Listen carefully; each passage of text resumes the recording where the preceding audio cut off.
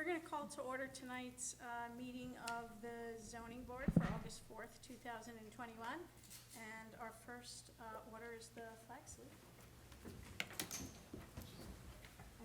Allegiance to the flag of the United States of America and to the republic for which it stands, one nation, under God, indivisible, with liberty and justice for all.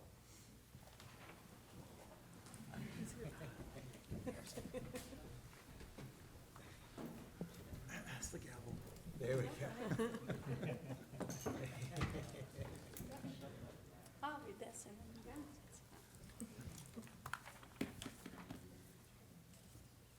So in accordance with the requirement of the Open Public Meetings Law, notice of this meeting of the Board of Adjustment of the Township of Bernards was posted on the bulletin board in the reception hall of the municipal building, Collier Lane, Basking Ridge, New Jersey. It was also mailed to the Bernardsville News, Whippany, New Jersey, the Courier News, Bridgewater, New Jersey, and was filed with the Township Clerk, all on January 8th, 2021, and was mailed electronically to all those people who have requested individual notice. The following procedure has been adopted by the Bernards Township Zoning Board of Adjustment. There will be no new cases heard after 10 p.m. this evening and no new testimony heard after 10:30 p.m. Thank you. Thank you, Tony. It's, well, I guess it's up to the, Just sit it out. I think we're having an Okay. orderly transition of power here. Thank you. and there you go. Thank you. That's what we call teamwork. Ms. Kiefer, could you call the roll, please? Chairman Breslin, Here. Ms. Baumann, Here. Mr. Cambria, Here. Ms. Juniers, Here? Mr. Kraus, Here. Ms. Pakhtar, Here. Mr. Tancredi, Here. Mr. Pavlovsky, Here. Mr. Agarwal, Mr. Warner, Here. Mr. Quinn, Here. Mr. Schley, Here. and for the record, Ms. Kiefer is present. Chairman, you have a quorum, you may proceed. Thank you. Do we have any excused absences? No excused absences this time? Okay. The next item on the agenda is the approval of minutes, 5A, the July 7th regular meeting minutes. Those were circulated to the members in advance. If there's any suggested edits or comments, otherwise, motion to approve. I'll make a motion to approve as drafted. Thank you. I'll second. Thank you. All in favor? Aye. Aye. Opposed? Okay, and we have abstentions for Mr. Cambria and for Mr. Kraus for absences. Thank you. The next item on the agenda is the approval of resolutions. We'll start with 6A, the Lembo Resolution ZB 21-016. Mr. Chairman, I motion to approve the resolution as drafted. Thank you. I'll second. Thank you very much. Ms. Baumann, Yes. Ms. Juniers, Yes? Ms. Pakhtar, Yes. Mr. Tancredi, Yes. Mr. Pavlovsky, Yes. Chairman Breslin. Yes. Thank you. Next item is 6B, the Laird Resolution ZB 21-017.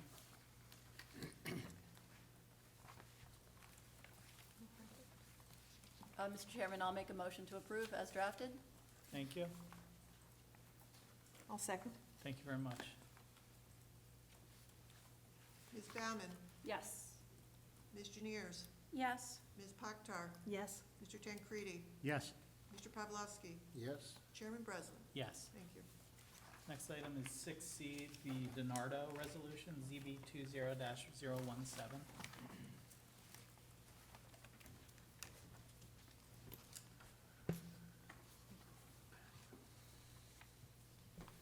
Mr. Chairman, I motion to approve the resolution as drafted. Thank you very much, Mr. Tancredi. I'll second. Thank you. Ms. Baumann, Yes. Ms. Juniers, Yes? Ms. Pakhtar, Yes. Mr. Tancredi, Yes. Mr. Pavlovsky, Yes. Chairman Breslin. Yes. Thank you. Next item on the agenda is 6D, the Trinks Resolution ZB 21-018. Mr. Chairman, I'll make a motion to approve the resolution as drafted. Thank you. Second.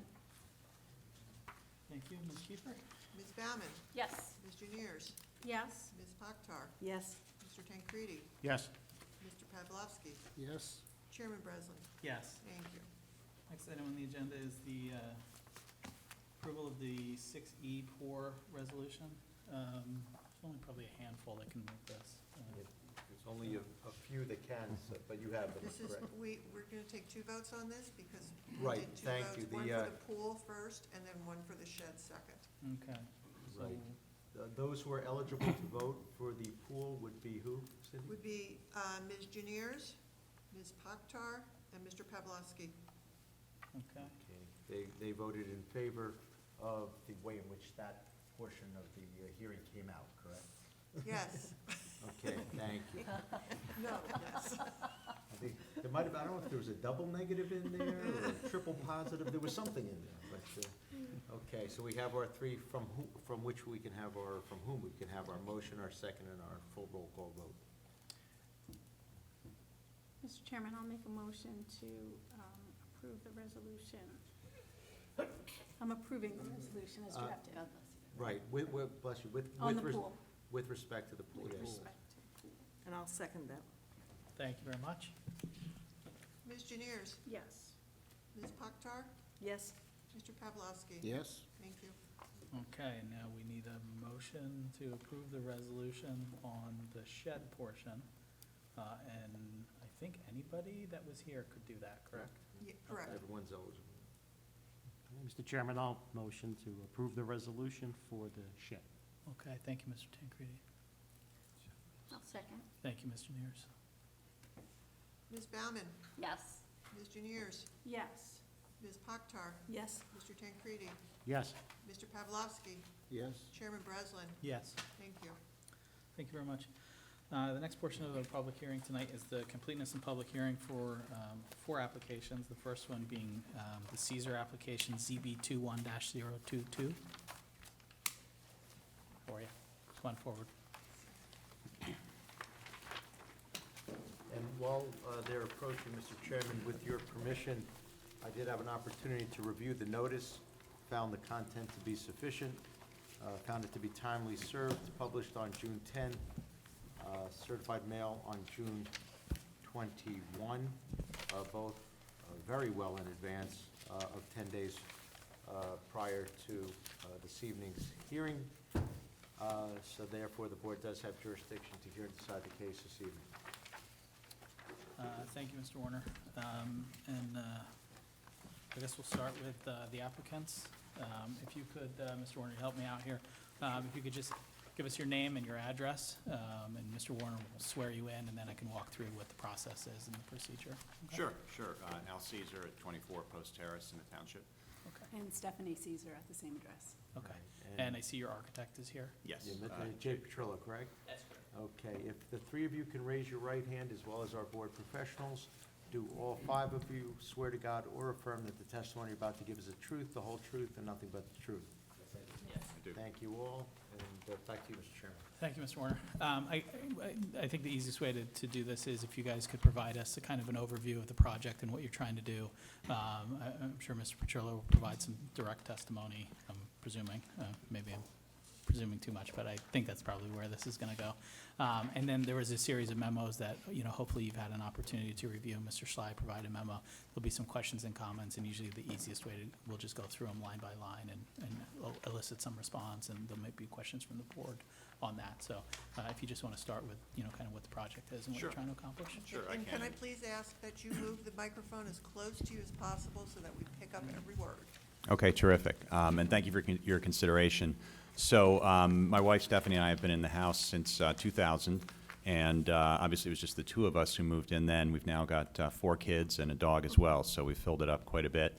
The house has 4 bedrooms, and we certainly made do. We were actually in 2014, we were before the board, and at that time proceeded with a project to renovate and expand the kitchen and put a mudroom on. That's helped out quite a bit. At the time, we considered the project we're here to talk about tonight. We frankly didn't have the budget for it, but the project we're here for tonight is to go out over our garage and basically put an addition on top of the existing foundation there, the existing garage. That would accomplish really three things for us. It would give us a fifth bedroom, which would allow each of our children to have their own room. It would give us an extra bathroom, so we'd then have 3 bathrooms instead of 2 for the 6 people who live in the house. And it would give us a home office, which after the pandemic, I'll be working in a hybrid mode going forward from here. So that's what we hope to do. Great. It looks like there's 3 photographs that accompanied the application. Could you just share who took those photographs? You did. Okay, and do they, maybe if we can get you on the microphone, Mr. Pachola. Yes,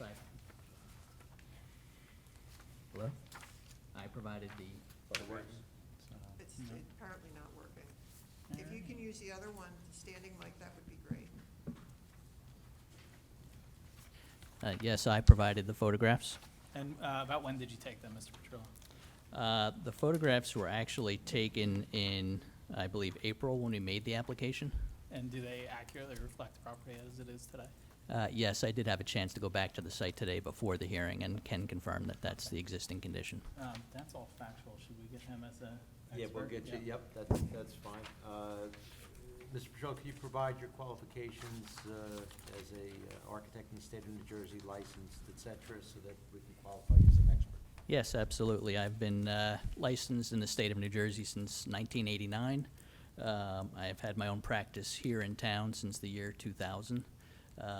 I've provided testimony before several boards, including this board, most recently when we were remote during COVID, so last year at some point. License remains in good standing?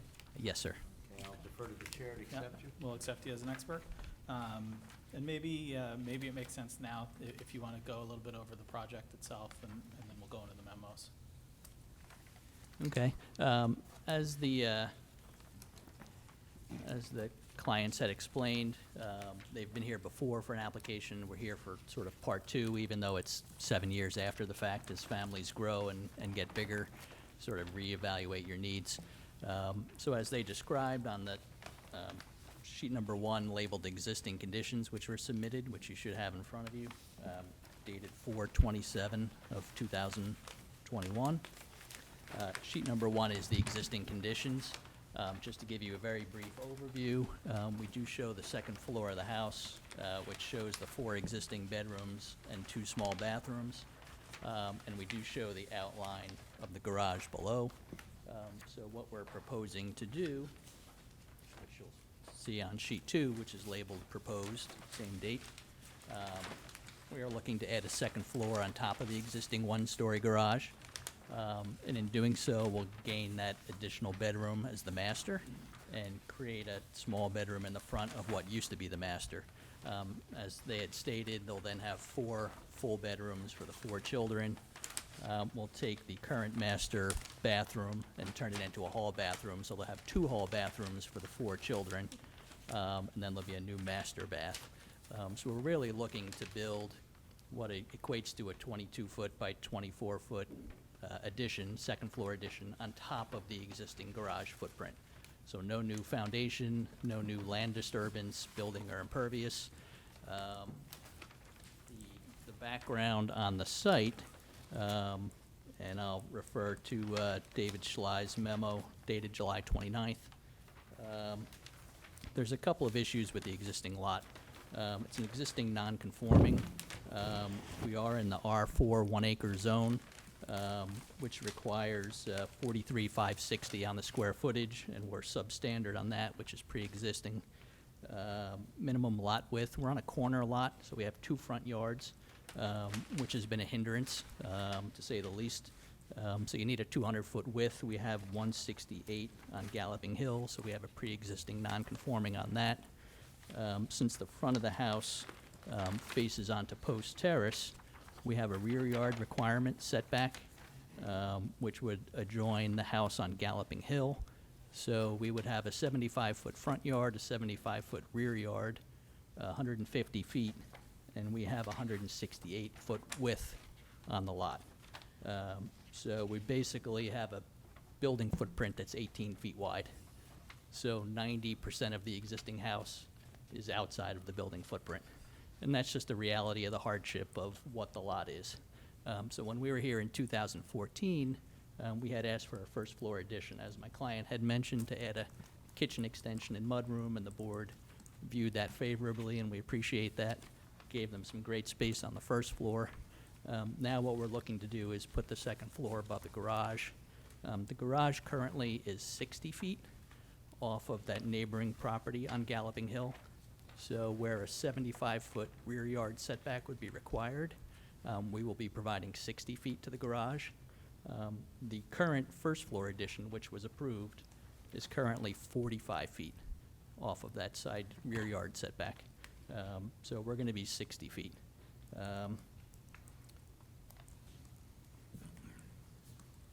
I would also mention in Mr. Quinn's review, he points out the same condition on the Galloping Hill frontage and the setbacks rear and front, that we're kind of limited in what the building area is. So in theory, you really couldn't put an addition on this house, really ever, without having to come here. So we appreciate you listening to us, and hopefully that you'll look favorably upon this. The second floor addition really shouldn't really provide any detriment to this neighborhood. As you can see in the photo that's up on the screen, it shows the subject property, and then what's, I believe, lot number 4, which is 157 Galloping Hill. So as I've mentioned, we have about 60 feet from our garage to that property line, and they've probably got another 35, 40 feet to their side yard, where they would have a 20-foot setback requirement. So there's probably about 95 feet between those two houses, which is a pretty good distance, considering we're not going to encroach any further than that existing garage currently is. Thank you, Mr. Petrello. Thank you. Mr. Schley, Mr. Quinn, you have anything? I think he was relatively comprehensive for responding to your memos, but do you have any comments? I have nothing else. Neither do I. Okay, thank you. Have you had the opportunity to talk with your neighbors about the project at all? We have not, just between our travel and theirs. We've got the Nashes on the one side, Mike Shipsky across, actually Chief Shipsky across the street, and Ms. Rappaport across the street. So I don't think I haven't. Have you had a chance to talk to any of them? Spoken to Susan Rappaport, who's in number 8 up Yeah. there, and. I'm sorry, can you move the mic Yeah, a little yeah, closer? certainly. I've spoken to Susan Rappaport, who lives in home number 8 there, and she was very favorable about it. She just sent a text and said, "I'm happy you guys are staying in the neighborhood. I saw your notice." And then I also spoke with the family in number 2 home and had a similar response. Okay, thank you. Any questions from the board for any of the witnesses? Just one question, of course, is the exterior of the house is to remain the same, you know, I mean, the same type of siding, color, texture? There's no visual representation, just asking the question. I No, assume you are, and you're not painting it yellow, and you're matching the house. That is Yeah. correct. We're going to match the details and the color and the siding on the existing house. It'll look kind of seamless. Okay, great. I have one question, and you said you're not over on the impervious coverage, correct? We are, it did not come up on the review, but let me look on the chart.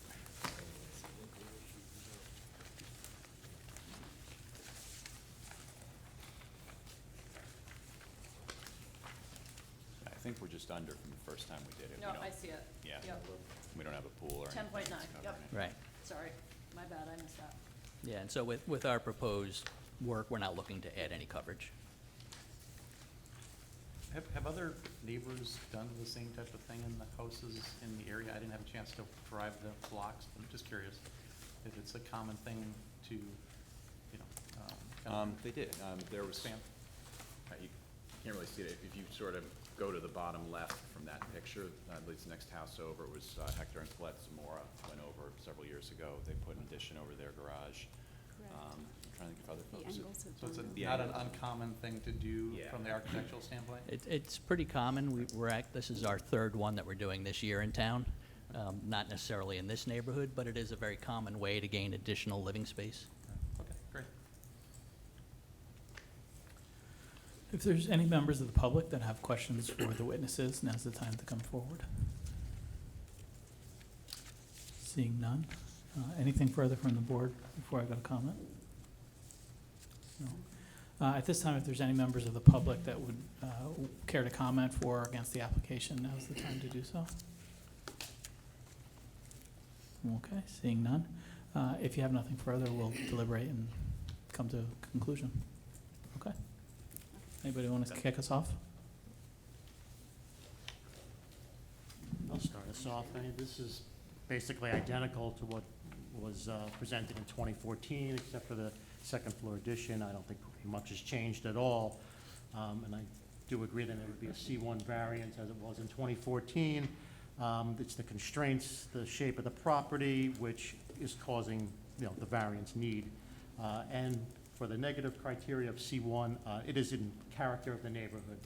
So I would move to deem the application complete and advise our board attorney to draft the resolution, memorializing our decision to grant the sought relief.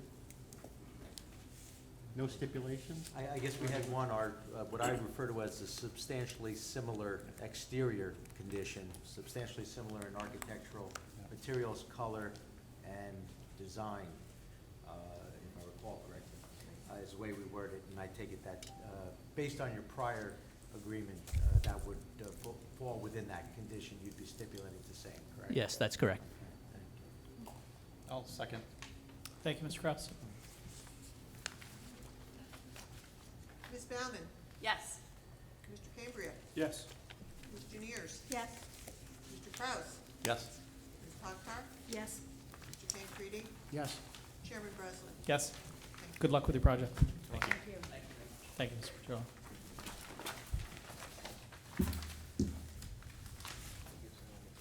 The next item on the agenda, 7B, the completeness and public hearing for ZB 21-019, Wise Fellner.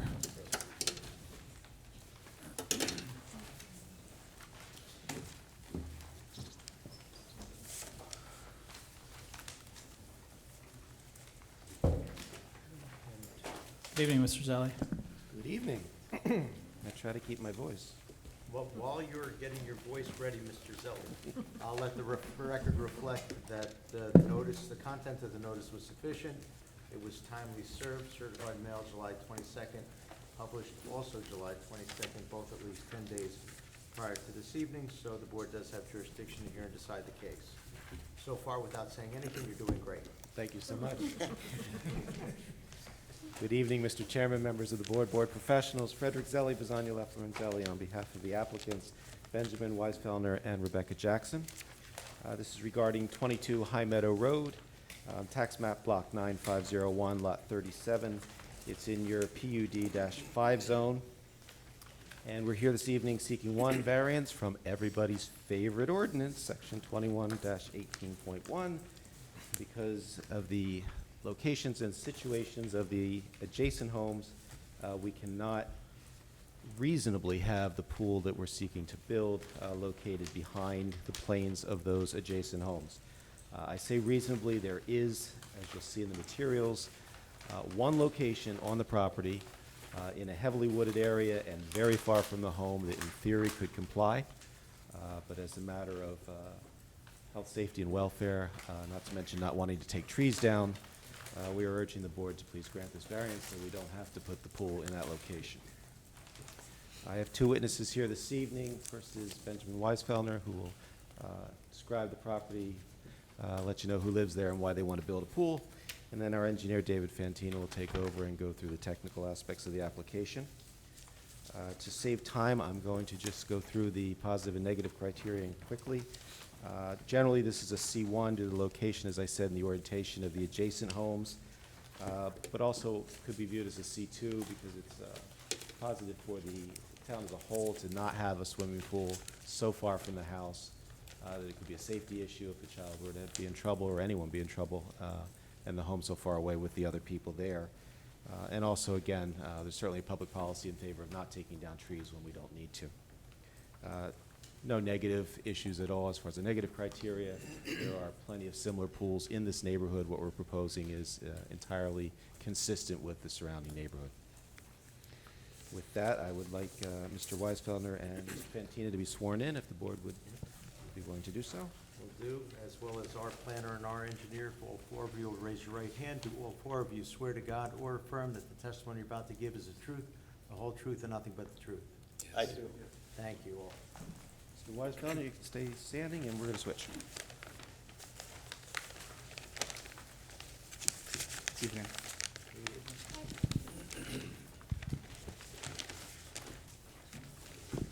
Mr. Weisfelder, just for the record, would you please state your name and address again? Sure. Benjamin Weisfelder. It's 22 High Meadow Lane, actually, instead of road. Just a typo. And with whom do you live there?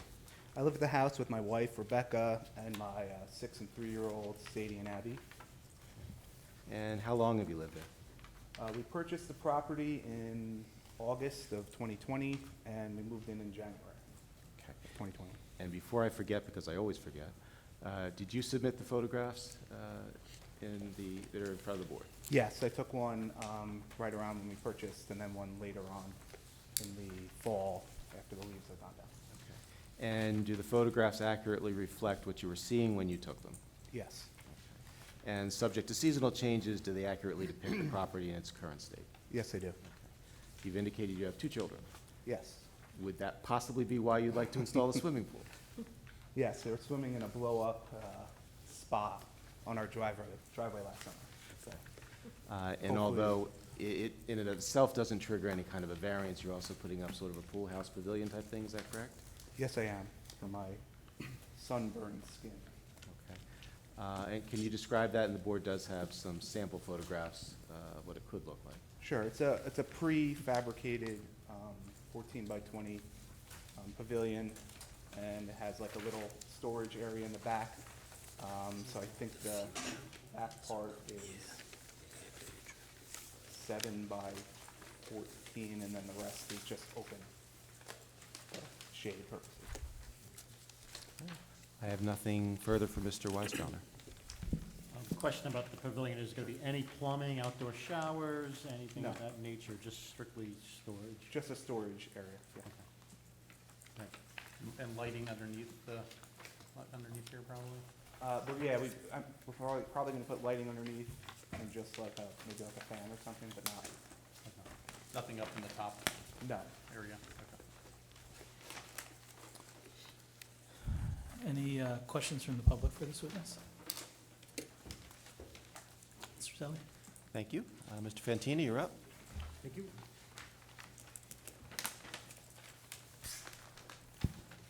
Good evening. For the record, would you please give the board the benefit of your educational and professional background? Yes, I have testified here several times, but I am a professional engineer, licensed in the state of New Jersey since 1987. My license is still in good standing. Proprietor of Fantina Engineering for the last 20 years now. I have a bachelor's degree and a master's degree from Rutgers University in civil and environmental engineering. I'd ask that Mr. Fantina be approved as an expert in the field of professional engineering. Is still in good standing? Yes, So accepted. thank you. Mr. Fantina, would you please take us through an overview of the property itself and go into the proposed location of the pool? Yes, as you can see on the board there, the property, it is one of these classic cases where the house right behind ours and the house to the left both make it difficult for us to put a pool, as Mr. Zelli said, in a complying location. The only place we could move it would be in the extreme, as you're looking at the photo, the extreme left corner, which is far from the house. It's in a wooded area. It's just not conducive to a pool at all. So what we have proposed is a pool in a natural location right behind the house, in an area that's devoid of trees. I've been out there. There will be no tree removal except for maybe some brush and some saplings. No mature trees will be removed for the installation of the pool. What we're proposing is a patio around the pool, nothing exotic. As the applicant has testified, there will be a relatively small, modest cabana or pool house there with no plumbing, just with electricity for the lights and the fans. Pool equipment will be immediately adjacent to the house. Actually, there's a rectangle shown on drawing S12 that Mr. Schley pointed out we did not label, but that is the pool equipment. There's some retaining walls being put around the pool, mainly as architectural features. And the whole thing should be a very attractive addition to the neighborhood. I'd also point out, if the board would just glance at that photograph one more time, I think every house that's visible in that photograph already does have a pool, except for the subject property. I'd like to go through the view letters.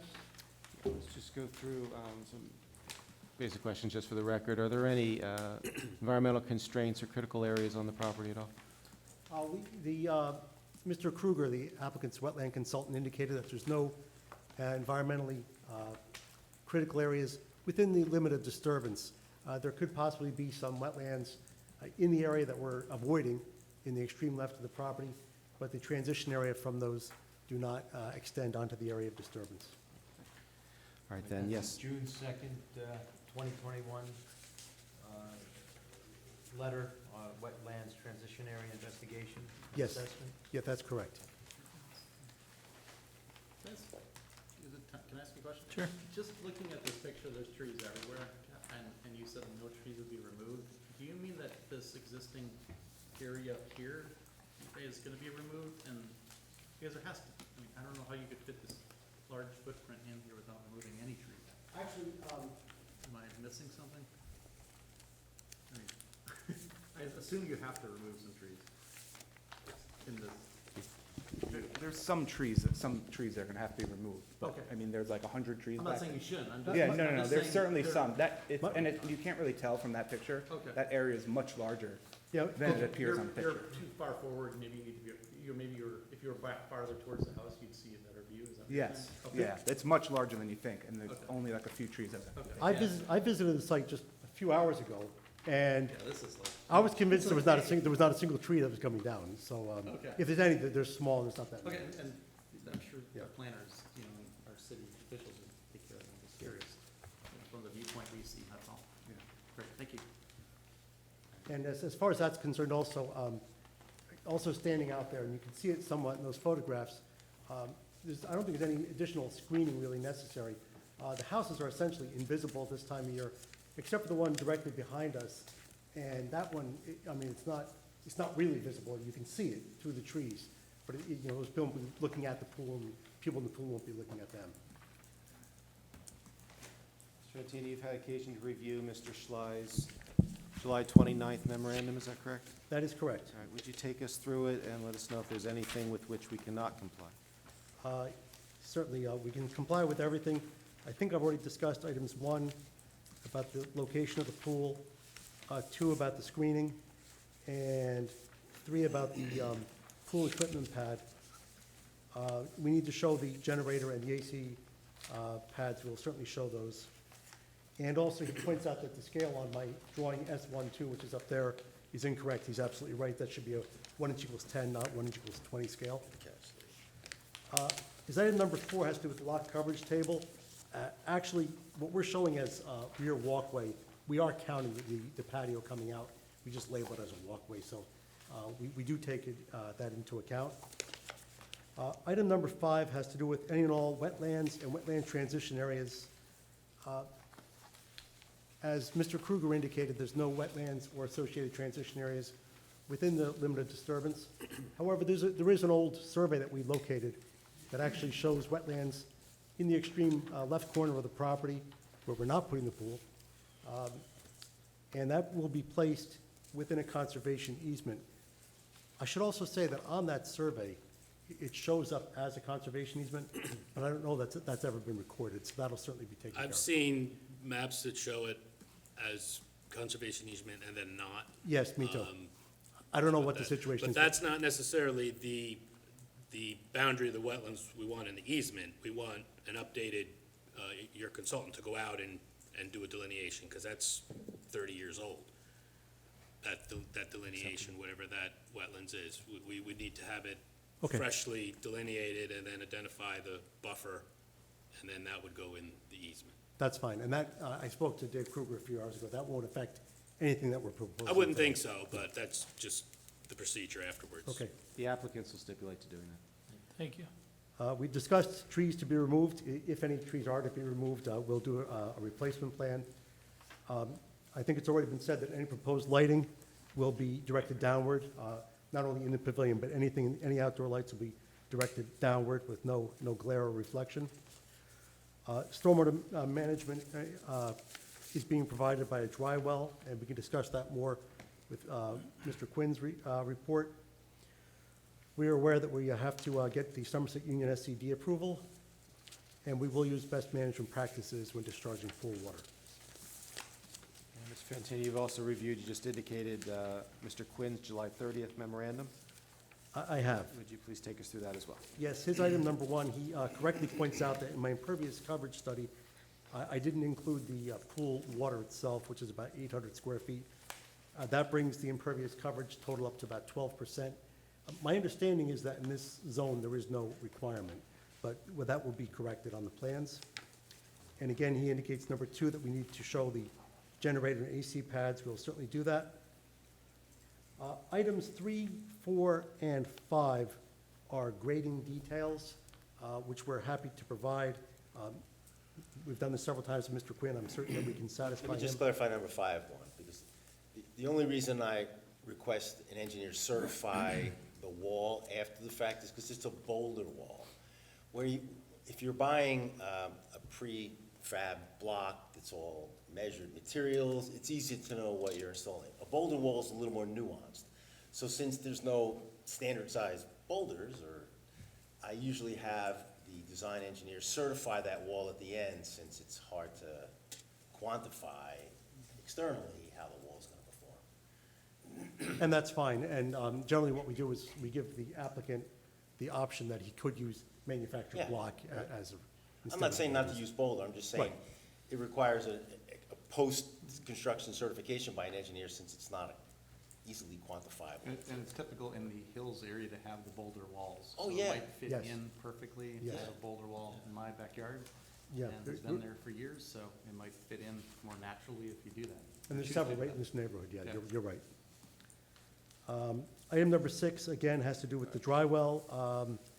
We'll certainly provide the information that's required. Item 7 is a standard catch-all that we need to do soil testing and report that, I guess, to the township engineer, which we've done in the past. That we have no objection to that. As a matter of fact, we're going to be doing that if the board sees fit to approve this tonight, probably in the next few days. And then the last item is that we don't quantify the limited disturbance of the area. It is greater than 5,000 square feet. We will show the exact amount, but it certainly will take us to the Somerset Union SCD. And that's really all I have. I have nothing further for Mr. Fantini at this time. Thank you, Mr. Selly. Any questions from the board? I do. You said there is no required lot coverage in this location? No, I was surprised too. I racked my brain trying to find it. Then why is that? They're regulated by building coverage. Okay. And Oh, the way, BC, it was done as a planned development, the entire Hills development, with the very large regional detention basins. I don't know what criteria they used to design those very large basins, but there is no total coverage limit on a lot. And building coverage is quite generous. Yeah, I mean- for practical purposes, there's really no lot coverage Yeah, it's- standards at all. the But building they coverage- are required to comply with our requirements when they add more than 1,000 square feet of coverage, which is some of the things we're talking about. So they do need to address the added coverage. Right. But there's no maximum allowable on the lot. interesting. Anything further from the board? I have one question for the Sure. homeowner, but that goes back to, It's okay. just, have you talked to your neighbors about the project, and have they, any comments? Yeah, I spoke to the neighbor to the left, if you're looking at that picture to the left closest, and they said, put in a pool, it's great. And we spoke to the neighbor to the right, they also said, put in whatever you want. So, nobody cares. And the one behind you that would see? I have not I don't know who That's on that a neighbor is. different road, right? Or- Yeah, that's a different road, it's a cul-de-sac there. They also just moved in a couple of months ago. And they have a pool too. They have a pool, and I'm sure they don't want our pool right next to their pool, but, Okay. yeah, no, everyone's, Everything was favorable, as you heard. yes. Any other questions for either witness? I just have one quick Sure, one, if sure. I may, Mr. Of course. If the board members are done. I think it was implied in your answer, but comment number 1 to our board planner's memo. I take it you agree to all of the factual statements and the analysis contained therein, particularly since it might be supportive of a C1 and/or C2 argument? Yes, thank you. I have nothing further. At this time, if there's any members of the public that have questions for either witness, now's the time to do so. Okay, seeing none. Mr. Zelli? I actually rest at this time. I've made my positive and negative criteria arguments. We thank you for hearing us, and we would appreciate a positive vote. Okay. Apologize if you want any final comment, you can, Mr. Zelli, but I'll go public comment now. So if there's any comments for or against the application for the public, now's the time to do so. Seeing none, I assume you're okay, Mr. Zelli? I am, thank you. Okay. Anybody want to kick us off? I'll kick us off. Thank you, Ms. Juniors. Sure. I think this application qualifies for relief under, I guess, C1 and C2. I note that there is a conforming location, although it's probably not in the best interest of the applicants, nor the neighborhood, especially with the lot with respect to the rear. Putting it in the conforming location is certainly going to get you a lot closer to the neighbors. I do note that this is in a neighborhood filled with pools, and I think the proposed location, on this lot, which is a very large lot, is basically centrally located, and I think that's in the best interest of the neighborhood as well. So I would like to make a motion in favor of the application and ask our board attorney to draft a resolution memorializing our decision to grant the relief sought by our applicant tonight. Thank you. I'll second. Thank you very much. Ms. Baumann, Yes. Mr. Cambria, Yes. Ms. Juniers, Yes. Mr. Kraus, Yes. Ms. Pakhtar, Yes. Mr. Tancredi, Yes. Chairman Breslin. Yes. Thank you. Thank you very much. Good luck. Thank you.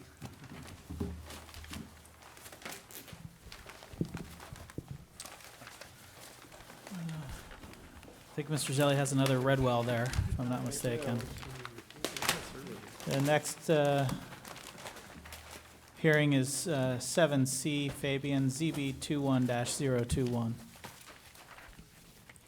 Mr. Chairman, once again, while the applicant is getting prepared, and candidly, I'm getting prepared as well, but I do recall that I reviewed the notice, found same to be sufficient in content.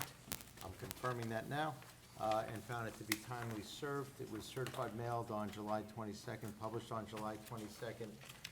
July 22nd was a busy day, apparently. Both of those dates are at least 10 days prior to this evening.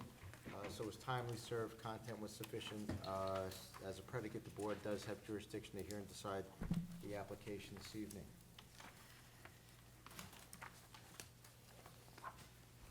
Thank you. Good evening again, Mr. Chairman, members of the board, board professionals. Frederick Zelli, Bisogno, Leffler, and Zelli on behalf of the applicants, Matthew and Michelle Fabian.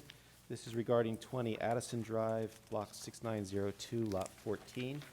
We are seeking a single variance, which is for excessive impervious coverage. This also relates to the construction of a swimming pool. This is a bit of a mea culpa application in the sense that the swimming pool has already been constructed, and what's really at issue here is not the pool itself, but the surrounding decking or patio area. Portion of that has been constructed already, which took us over the 15% maximum impervious coverage that's permitted in the zone. Primarily for safety reasons, the applicant would like to continue the construction of that patio so it surrounds the entire pool. This provides a less slippery surface coming out of the pool. This is a slightly sloped, not even slightly, it's not critically sloped, but it is a sloped rear yard. So as you all know, you step out of a pool under grass area, it's very slippery. It also is not feasible for them to anchor the cover for the pool other than by way of rebar-type mounts in the yard, which is a trip hazard and a danger in that. So for those reasons, for safety, health, and welfare, they are seeking to be able to, as I said, continue the surround and install it accordingly. There is presently a non-conforming condition on the lot, which is the location of a shed. The applicants will, have you already done it? Sir? Have you moved the shed already? No, not yet. Okay, they will move the shed to make that a conforming situation. In order to accommodate the excess coverage, we are seeking to install a rain garden. We have the engineer who's designed that garden who will testify here this evening is Allison Lepaka. And my witnesses this evening are Mr. Fabian and Ms. Lepaka, as I indicated. Again, in the interest of time, I'll make my arguments now as to your positive and negative criteria. It's largely a C2. We believe that the benefit of having a safer pool situation outweighs any detriment. There are many pools in the neighborhood. This is not unlike them. It's no larger. It's no differently situated. There is a little bit of a C1 aspect to this in that the property is slightly undersized, but candidly, that does not solve the problem. Even if it were full size, we're not relying totally on that.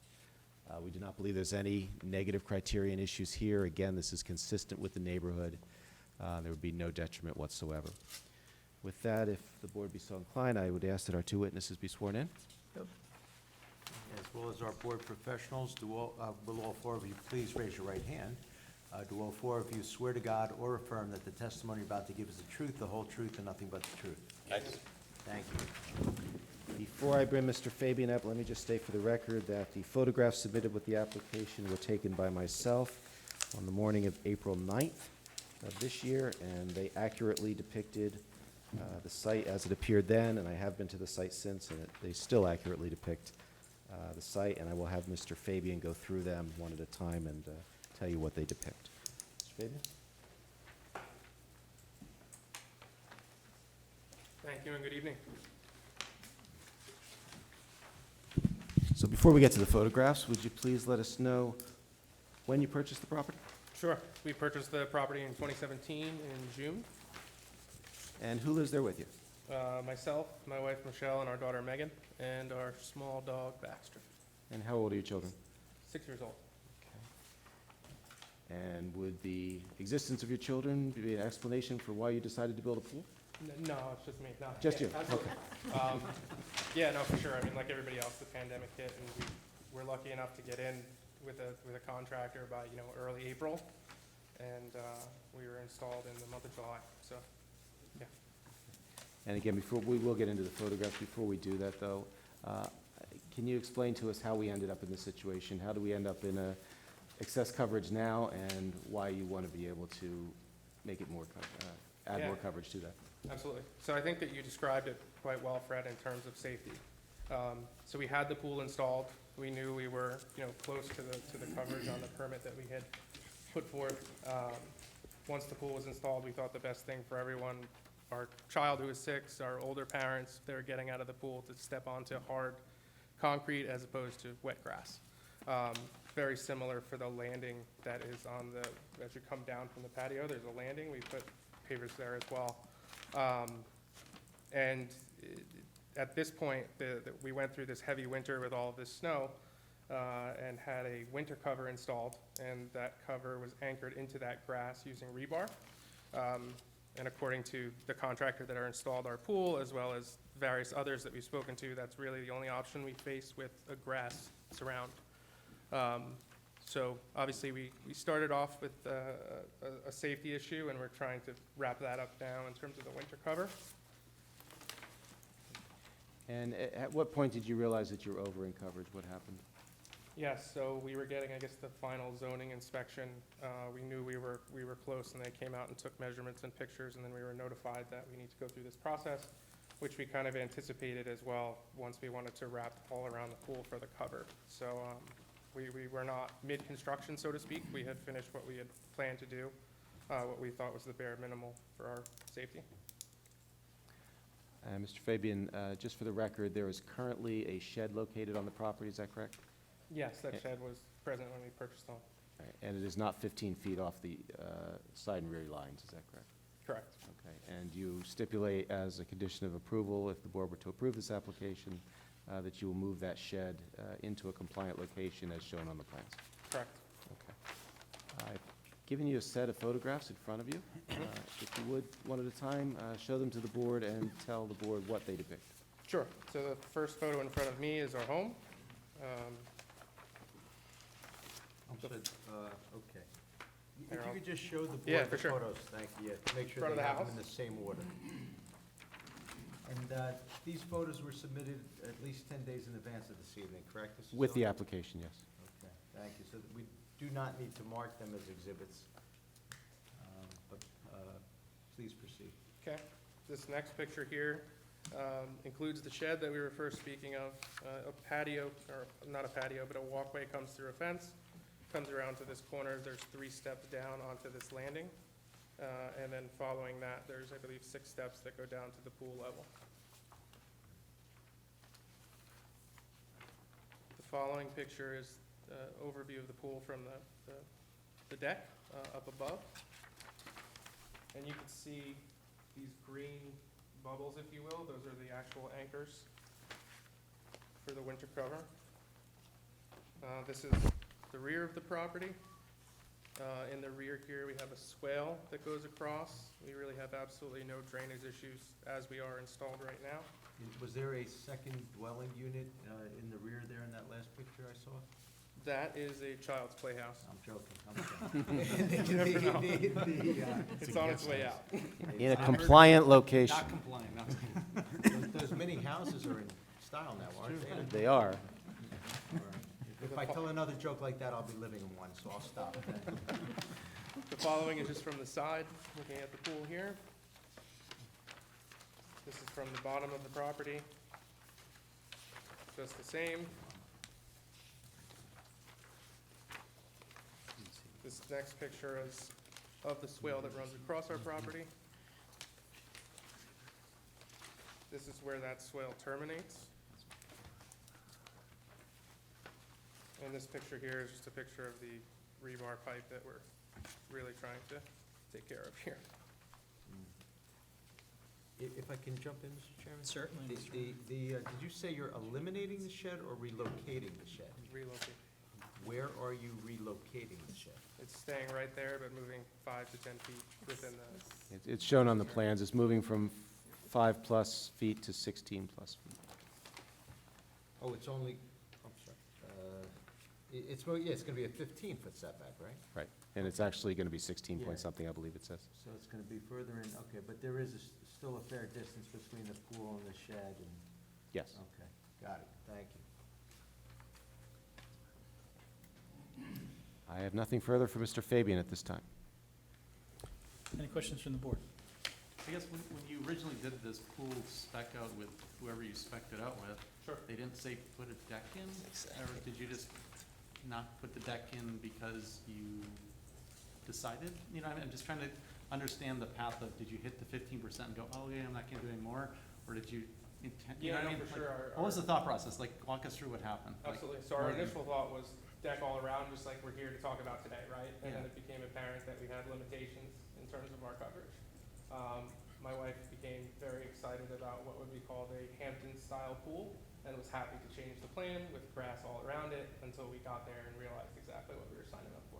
So your, not architect, pool person, whoever you contracted with, said this would be a different style, showed you a cool picture or something, and then when you got it installed and saw it, that's. Yeah, once we actually saw them living without a patio around it. And they didn't tell you how the pool cover would be on, or they didn't tell you any of those details? Okay, just curious how things happen, just wondering how it happened this time. So did you explore the option of a wood deck, or it could be a synthetic, doesn't have to be a wood deck, it would just have to be open, not tongue and groove, and then you would be in compliance, it wouldn't add to the lot coverage. Did anyone explore that option with you? I'm sure the cover could be secured to that as well, and that would solve the problem with the rebar. And you wouldn't even have to be here, obviously.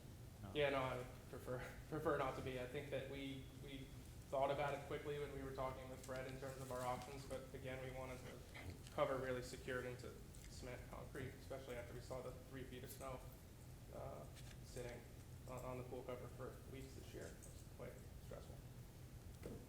Did you consider just pouring a small round area of concrete to anchor the pool cover to? We thought about that too, but we feel like it's just as much of a safety hazard for someone running in the grass, running their feet into concrete as much as a steel pipe. So the patio that you're proposing around the pool to complete, is that the only increased impervious cover relative to the permit drawing that you submitted? Or is there other hardscape that was developed that wasn't shown on the original drawing.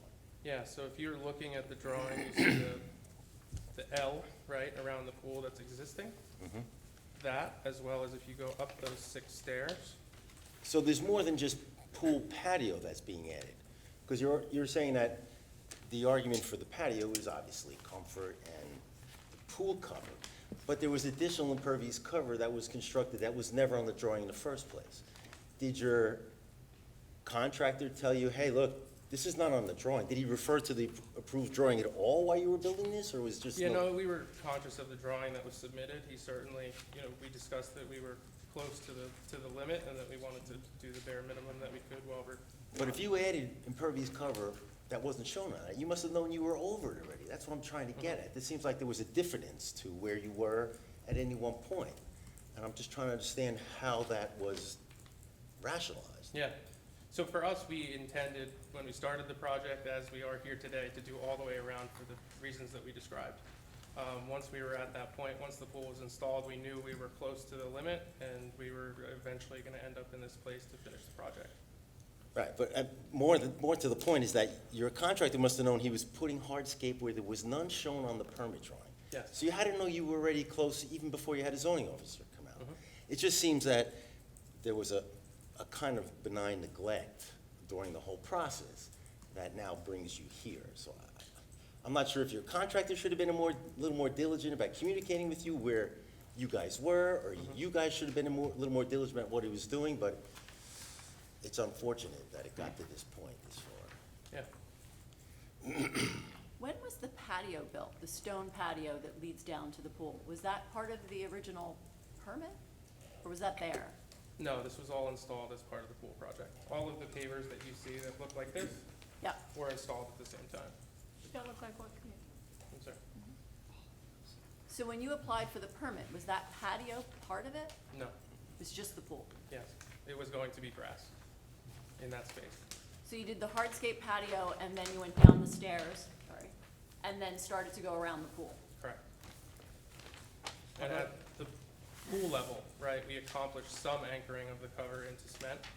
And then this obviously comes down 3 steps, with a similar thought process for us in terms of safety. If someone walking down those steps, wet, slips on grass, it was really where we were.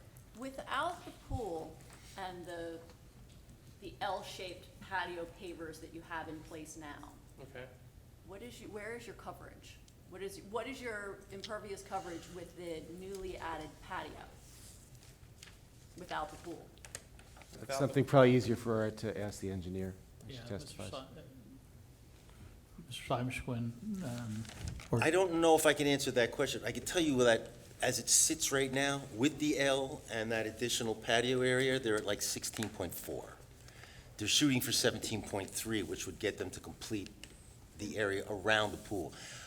I don't know the components enough to tell you what it's like without that patio. Maybe the engineer, the design engineer can tell you, but right now they're at 16.4 with everything that's in place. Right, no, I understand, but the patio was constructed, Yeah. and that's where I'm confused. Well, But I'll wait for the engineer. May I say something? If they, on the previous permit, were at 14.9 something, it was approved, and they're at 16.4, then that's gotta be 1.4%. Spoken like an engineer, Ben. I would submit as an attorney.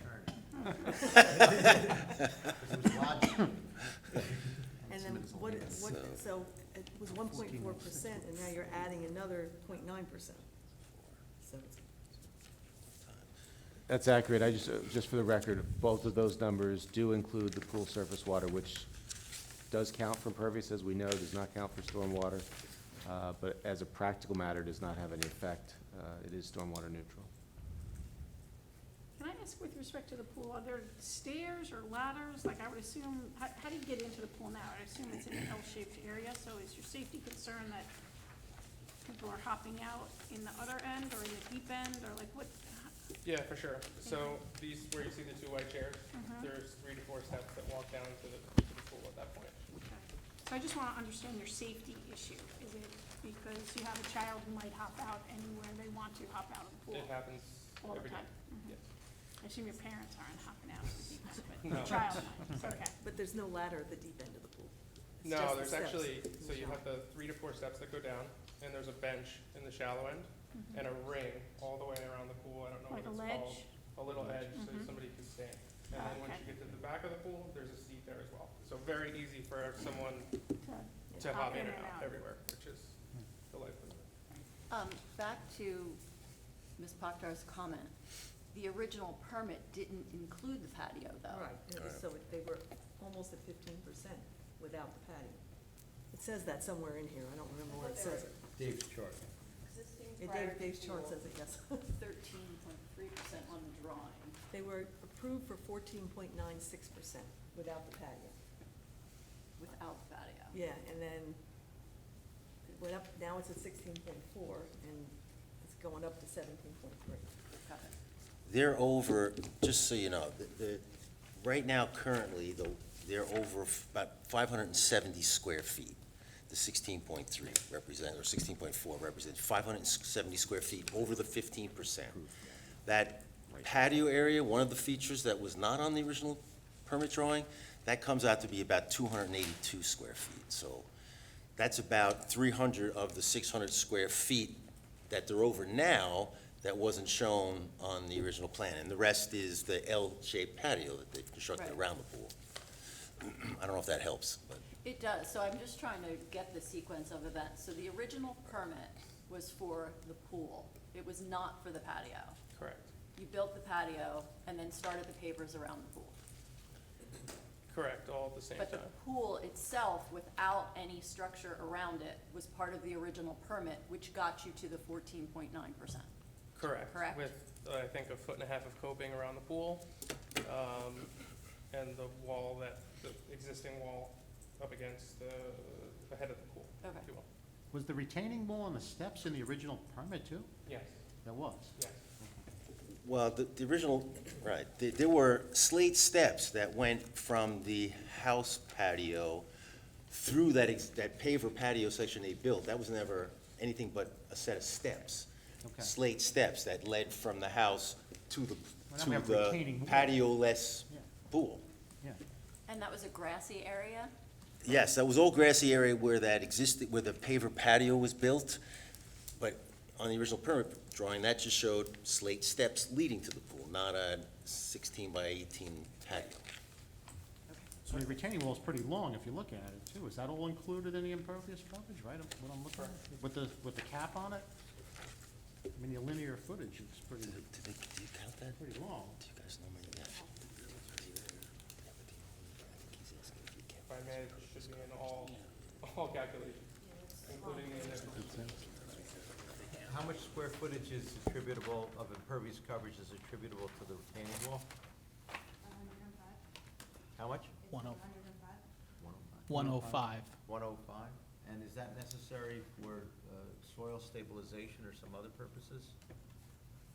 In other words, it's not an aesthetic feature? Let me ask Allison that one when she testifies. Yeah, I know, we're getting ahead of ourselves because we're in engineering. I have a question. I'm looking at the proposed completion of the patio around the pool. It looks like the width of it toward the back of the property is more shallow than it is toward the house side and even the left and the right side. Is that as narrow as it gets for you to have an anchor, or did you extend it further? Just a little bit of, like, was it really designed narrowly for the purpose in which you seek, or, is there more space back there than's needed? I think there's, so the amount of space there, maybe this will answer it quite well. Just bear with me. It's basically the same as what you see here, right? So the anchor needs to come about halfway. Yep. And then you need some space to walk around, otherwise I find myself back in the same spot where I'm gonna trip over myself. So we've purposely kept it as thin as we think we could, to achieve the purpose. Okay, thank you. I think the question is at the bottom left corner of the pool. You've got a 4-foot patio, and then you're adding, it looks like 8 feet coming towards the house. So you really could make that 4 feet if you had to, and still get the anchors in. I would agree. Our goal is certainly to keep it symmetrical, and otherwise, though, yes, I could achieve that 4 foot. You have a very wide driveway coming away from the house. I don't know the dimension, but have you considered using a little driveway to counterbalance the lot coverage? We have not considered it. To be very honest, we've put in a tremendous amount of money into everything you guys have seen and to be here today. The driveway works. I really don't want to reduce my driveway. With Tom, if I may? Yes. If I may. Sure, Mr. Warner. Well, a couple of things. Number one, a side-loaded garage generally requires more impervious coverage vis-à-vis the driveway than a front-loaded, correct? Typically, we design driveway between 20 and 30 feet wide, turning axis. This one is about, looks like it's about 40 feet, maybe 38 feet. It's got a dimension 43.2 from the house to the property line, and maybe it's another 5 feet back. So they're well over what we require. Bless you. Anyway, but, I mean, to my mind, the driveway is the driveway, but I just still can't get my head around the fact that all the patio got constructed irrespective of what the limit was. There, to me, lies the rub, so, I mean, they could address it through the driveway if they want, but I think to me, I would be concerned about them addressing it with the patio like they constructed already. Have we discussed the surface area of the pool and the size of that? It's, represents 1%. 1%. So that's 1% of the 17.3, so we're actually seeking Yeah. 16.3 in that sense. Okay. And the retaining wall at 100 square feet of impervious would be, well, I don't want to say de minimis, but it would be well less than 1%. I would think. 0.1, 0.2, maybe. Yeah. No.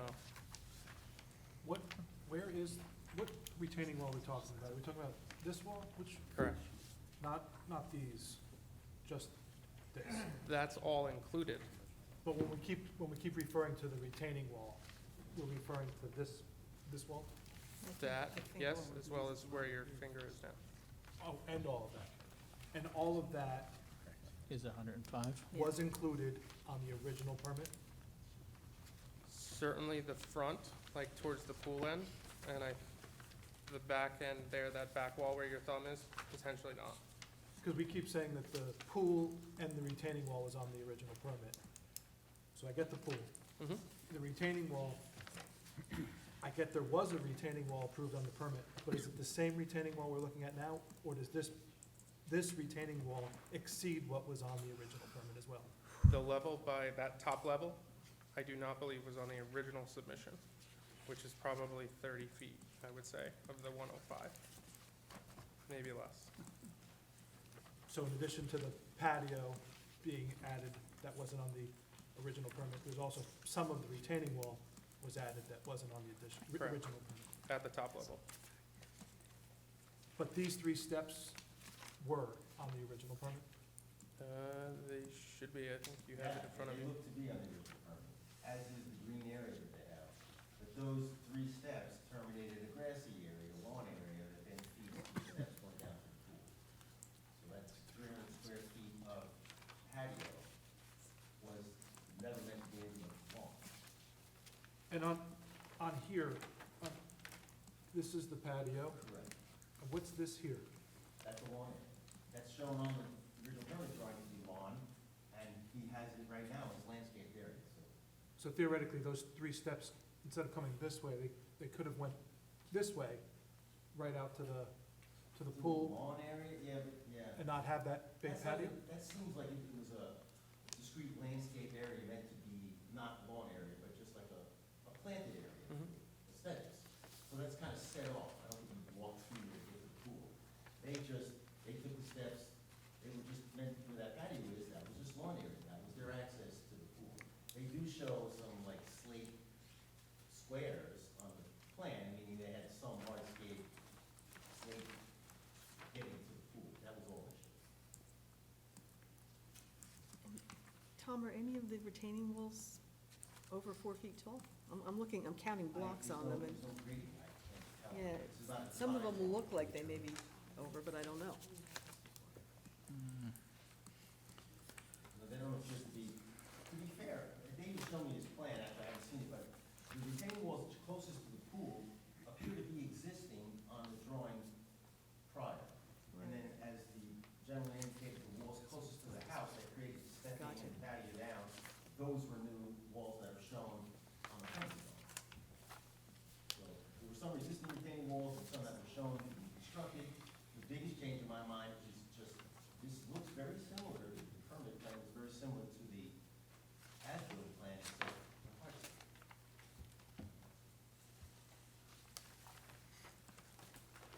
back to Mr. Tancredi's question, again, did you consider using any other material other than your pavers, or you're just trying to match the patio and keep going? At this point, for sure, it's match what's there as well as have a cement anchor. And again, is a cement anchor what is required? Is there any other material that you can anchor that pool cover holder to, or does it need to be in cement? I just don't know the answer. Yeah, no, I personally not, I mean, clearly it held with rebar in the grass, right? Yeah, I mean, so I all guess, things yeah. could be done. Mhm. But that, to me, seems like the most logical and secure way to secure a pool cover with a 6-year-old daughter and just brushing snow off of it Yeah. for weeks. We've seen other pools that have decking around it and you can secure covers to it. So I don't think that it has to be in the concrete in the ground. It just has to be a secure cover to whatever the material is that you build around the pool. I don't know, I'm not a pool cover expert, so I can't say, but I imagine, having seen many other pools come through here, that there are other ways to secure a pool cover. I understand that it matches, the pavers match, so I understand the aesthetic. But we're trying to accomplish, maybe not going over so much in the impervious coverage as we're seeing it now, not having seen it before it happened. Did you, consider, this larger area here, just kind of blocking that around? Then you're at 16%, right, versus a 17? And just making a walkway to the, this is a large area, and then you have the top large area, and then you have a deck area too, so you kind of have 3 patio areas, it almost appears. Did you consider talking to your contractor and saying, hey, we're over because of you, can you make a change so we're not over? Did that discussion happen with whoever did this, or was it, we're done and now we have to fix it?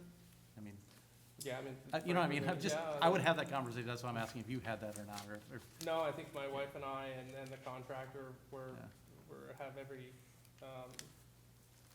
have this intention to be here to finish it around the way it is. Right, okay. Any further questions for the witness? The stairs off the deck, could they be removed? Would that gain anything? Would that help us in any way here to reduce impervious? Or it's just, it's just another set of steps now going to the yard. No, I think that's a raised deck, right? That doesn't enter into their impervious cover calculations. Those stairs don't? Because they're open, they're probably open. Yeah, well, usually, most stairs are like, they're usually you make a deck out of 1x6, right? And the stairs are usually 2 1x6s joined, so they're rarely a whole piece. They're usually open decks that allow water to go through. So I doubt if that, I haven't seen it, but I doubt if that deck reflects impervious cover. It's not reflected in the table, so it's probably not reflected. Yeah, it wouldn't matter. Another question, I guess for Mr. Schley. We always talk about downward lighting on these pool applications. So on the second picture, I see 2 large lights on top of the retaining wall. And my concern is I could see the house behind there. I don't know if that would be a glare or light spillage into the house behind. Well, there is a stipulation, though, to be had in comment number 5 from Dave's memo. For lighting. It would depend where the actual bulb is, that you recess in the little fixture, so you don't see it directly. Yeah. Sometimes they have a dummy lamp that you can see, but the light is actually coming from above. Yeah, it's high, and then there's a house behind us. And my concern is just for the neighbor behind there, that light's not on at night, it's shining into their bedroom or something to that effect if there's spillage. To the comments, So it could be addressed with bulbs or, okay. Mr. Fabian, just on that topic, though, have you used these lights? Have they been illuminated? Yeah, absolutely. Okay, have you had any complaints from neighbors? No complaints whatsoever. Okay. Are they more decorative, or do they light up the whole pool area? I'm just trying to figure the intensity. It depends which ones you're referring to. If you're referring to the decorative ones on top of those piers? Right. Is that what you're referring to? Yeah, Yes. those are the 2 I'm referring For to. sure, what they provide us with is light on that patio, right? So if you're walking at night and those lights weren't on, you have very limited sight. Sure. And what other lights? All low voltage lighting was permitted. You got a permit for the lighting, but not the patio? Sorry? I was wondering how you applied, if the lights weren't shown on the original Sure. plan for the pool. Mhm.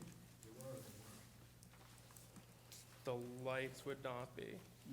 So you went after and got a, During construction, we had the electrical inspection for the pool, at which time he advised us that for doing low voltage lighting, we need a low voltage permit, which is what we got.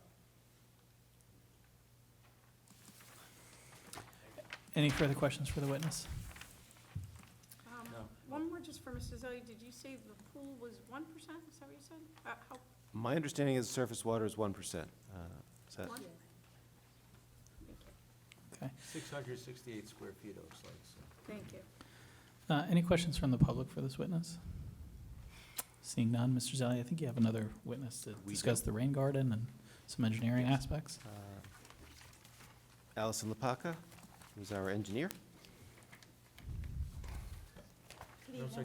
Hi, can you spell your name, please? Lapatka, L-A-P-A-T-K-A.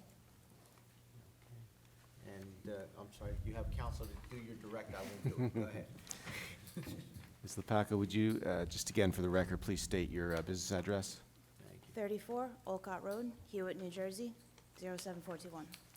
And would you please give the board the benefit of your educational and professional background? I am a professional engineer and a professional land surveyor in the state of New Jersey. I graduated NJIT in 2011 for engineering, 2012 for surveying, and I also teach surveying for engineers at NJIT. And your license in both of those fields are in good standing? Yes, Okay. Have you testified in front of land use boards in the past? yes, Okay. And you're qualified as an expert in professional engineering, surveying, or both? both. Okay. At this time, I would ask that Ms. Lapaka be qualified under both before this board as well. Yeah, just two questions. Have you testified before this board or the planning board of this township before? Not this board, Okay, and you're in good standing? yes. Sorry if you asked that already. We'll accept you. Ms. Lapaka, would you begin just by giving us a general overview of the property, the characteristics of it from an engineering perspective? So the property is relatively rectangular shaped. It has gentle sloping backyard, which is mainly covered in grass, and then the surrounding properties, the houses are relatively distant from this property. There's some trees in the back, which we're not proposing to remove any of those, and it just has a standard single-family residential dwelling on it. Are there any wetlands or state open waters on the property? Not that I'm aware of. Are there any critical slopes? There's slopes, they're not critical in nature for the sake of this application. And any other environmental constraints that you're aware of? Not that I'm aware of. Okay. What is the current drainage pattern for the property? Where does the water go? Currently, the water drains over the grass, through the backyard, and then there's a drainage ditch or a swale that drains along the property line of the two neighbors and then meanders through to the street. Lyons? Goes between the two rear properties and then down to Lyons Road? Yeah.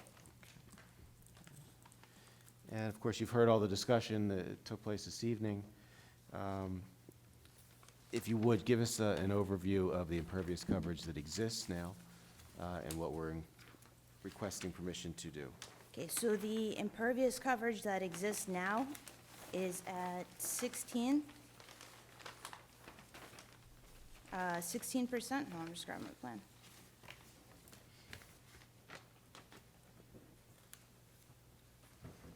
$16.4? 16.4, and then we're proposing 17.3. In order to capture the increase in stormwater runoff, we're proposing a rain garden in the rear corner of the property. It's distant from the property lines to not affect any neighbors, and it will be sized to contain the 3-inch storm as per the comment provided in the engineering review letter. And did you design the rain garden yourself? Yes. And the plan that's been submitted is yours, is that accurate? Yes. Okay. And just very briefly for the record, could you describe how a rain garden functions as opposed to a dry well or something else? Sure.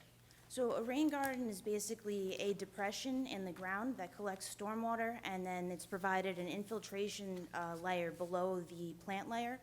The infiltration layer collects the stormwater and lets it percolate back into the ground so that it can be used for groundwater recharge. On top of the depression area, native plants are proposed, and these native plants will then attract bees and butterflies and other wildlife, so it kind of creates its own unique biosphere. And by utilizing the rain garden, is it correct that there will be no additional runoff from this property as compared to what is there now and what's happening now? Correct. The rain garden will collect the additional increase in stormwater runoff from the increase in impervious coverage so that no other properties are affected. Can you just explain to me briefly, I know we talk about dry wells a lot, Mr. Quinn, and, how we can understand truly what it's capturing in a runoff. Can you explain how that may differ with a rain garden and how you can confirm that it's capturing the same amount of water that would be calculated in, say, a dry well situation? So it's all based on volume. So we have an area of impervious coverage. We determine what the storm flow is, so we have square footage for the area. We multiply it by the depth of the stormwater, and we come up with our cubic feet. And so it's just like a dry well. With dry well, you might use gallons, which you just convert back and forth between cubic feet and gallons. Okay, thank you, that was helpful. Can I ask a question just about the rain garden? Because I love the concept, and we've seen it a couple of times, but can you kind of explain the maintenance of a rain garden versus, a hole with a, concrete structure or whatever's in the ground, and how the homeowner has to maintain it versus, if it's really a drought season, does everything die and then you have to deal with that? Do you have to have maintenance? Should you be watering it? Kind of what happens? Because it's a So- living thing, of Yeah, course. so part of a rain garden is you have a maintenance plan. The homeowner is responsible for maintaining this, and it comes down to, you have to take care of it. Like any garden that you have, I'm sure you garden at home. So any garden you have, you're out there relatively often cleaning out the weeds, cleaning out any debris buildup, and so you just have to maintain the rain garden, which is part of this proposal as well. Okay, and you give the homeowner a maintenance plan, or I will does someone? provide one, yes. Okay, and if they don't do the maintenance plan, it could cause that the plants could die, and then it basically doesn't become a rain garden anymore, it's just, the Right. water could spill out of the rain garden, is that what happens? That could happen, but part of the rain garden is that it has to be put into the deed, that the DEP has to come to inspect it to ensure proper maintenance. Okay, great, thank you. How often do they inspect? They inspect one time? It's multiple times a year, as far as I'm aware. Really? Oh, that's interesting. They actually do that? They They're actually show supposed up? to. That's, do they have to pay something to the No, town or the city? DEP is not gonna be coming and looking at an individual rain Just garden. not- on that's a what I individual thought. property. That's not gonna happen. No, If this I- was some sort of major development, the DEP might come by and take a look at this, but that's not going to happen here. So, and Alice and I were talking about rain gardens. Rain gardens I'm for are. rain gardens, I just want to make sure that Yeah, everyone no. understands what the purpose is. I'm for them, and we've designed a few of them. We haven't had great success with a product that doesn't require constant plant swapping in and out. Our office is not that adroit at rain garden development. I know that there are some professionals who are, perhaps Allison is one of those, but you hit the nail on the head. It's, with a dry well, as long as the permeability is there, it's out of sight, out of mind, and it just continues to operate. With a rain garden, it's visible. If people decide it looks unsightly, they tend to take plants out, or it's subject to mayhem and mischief, a rain garden, in a way a dry well is not, because a dry well is out of sight, out of mind. But again, I like the idea of a rain garden. I always think it's a good idea. It's just the implementation has to be done correctly initially, or else the homeowner is gonna be stuck with something they're not gonna wanna maintain, and they're just gonna. And just to clarify, a rain garden works in two ways. A dry well typically relies mostly on infiltration. Rain garden does rely on infiltration, but the plant selection is also meant to uptake some water. So there's a two-pronged approach there. It's the infiltration, and there's the uptake from the plant selection. So it's a little different than the dry well in that regard. And the homeowner, I don't know if I can ask the homeowner a question right now. You can. Is the homeowner aware of the maintenance, aware of the plan that would have to be maintained for a rain garden versus a alternative? Yeah, absolutely.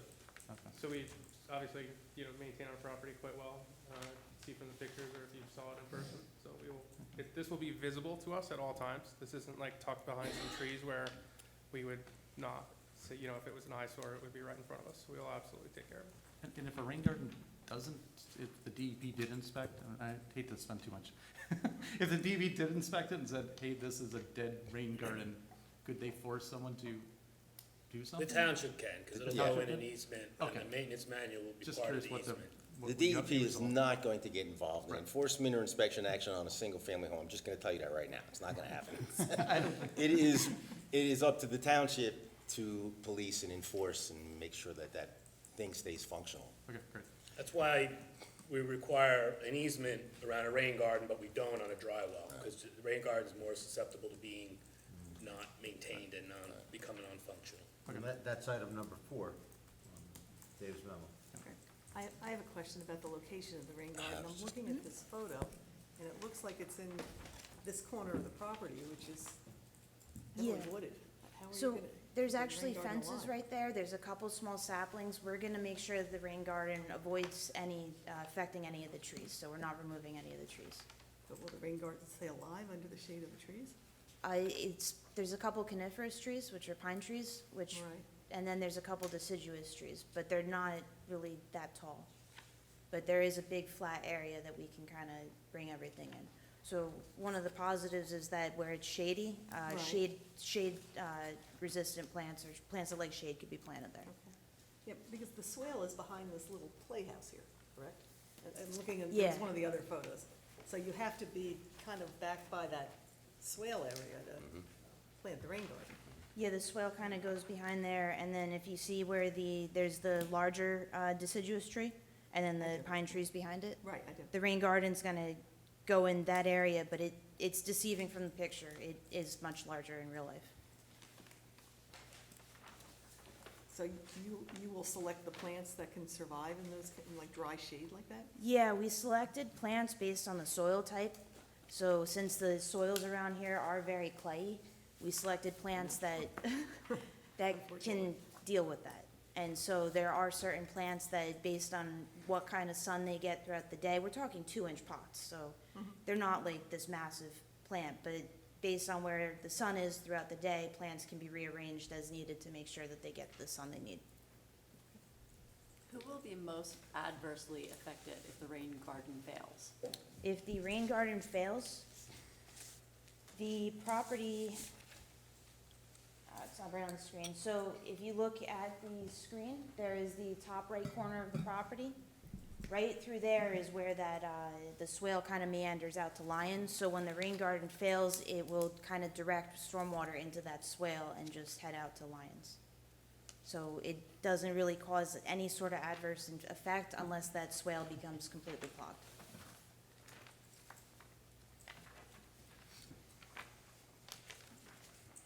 Ms. Lepaka, based upon your visitation of the site, is there any indication that that swale system that currently exists does not function properly? No. So is it your professional opinion that if, for whatever reason, the rain garden were to fail, there would still be proper drainage and not drainage that would adversely affect any neighboring properties? Correct, the drainage would end up into the swale and out into the street.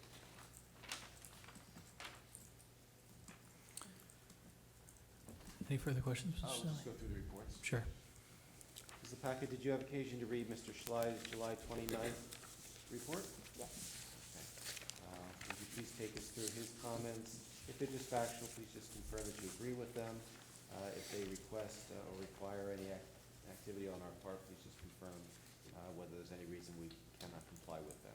Okay, so, comment 1, that's just factual. Coverage cited is accurate? I'm sorry? The coverage that's referenced by Mr. Schley in comment 1, is that accurate? in I your believe opinion? so. Okay. And then comment 2 is just stating what we're applying for as well as the square footage. What it does state is that this is an undersized lot, so based on the coverage here, if we did have a full-size lot, we'd have 16.1% that, lot coverage, instead of 16.3. Right, which would still be in excess of the 15% maximum Correct. permitted, correct? Mhm. And in your opinion, are the factual statements and a comparison accurate in comment number 2? Yes. Thank you. Is the 16.1% compared to 16.4 or to the 17.3? It's proportional to the 16.3, I believe. 17.3. 17.3. Okay, so instead of 17.3 with what's proposed it would be 16.1. Correct. And then the next question, next comment, number 3, perk, which we need to get perk tests, which I have a note currently on the plan stating that prior to construction, we need to get perk tests. And we agree to do that. Correct? Comment 4, stormwater management easement deeded to the township. We discussed this a few minutes ago, which we agreed to. Got it. And then also that the easement has to be recorded with Somerset County Clerk prior to issuance of a construction permit. Stipulated. Number 5? Okay, number 5, we just need to confirm that any proposed lighting in the pool patio area should be directed downwards or otherwise shielded so that glare, direct light, or reflection will not be a nuisance to adjoining properties. So the 2 existing lights on the columns, are they currently any sort of, we went over that before, but there's no, it doesn't seem to be an issue. Any additional lights would of course be aimed downward. And that's stipulated too, correct? That is stipulated, yes. Thank you. And then, as a condition of any approval, the applicant should utilize best management practices when discharging the pool water, which stipulated to agree to. And I think inadvertently skipped over 6, which is removal of okay. trees. There's not any intention to remove any trees, correct? Correct, no intention to remove any trees. We'll adjust the rain garden to avoid any impacted trees. But in the event any were to be removed, you stipulate to compliance with the tree protection removal and replacement plan, correct? If we Yep. were to remove trees, we would do so, yes. Thank you. Mr. Packard, did you have occasion to review Mr. Quinn's July 30th report? Correct, yes.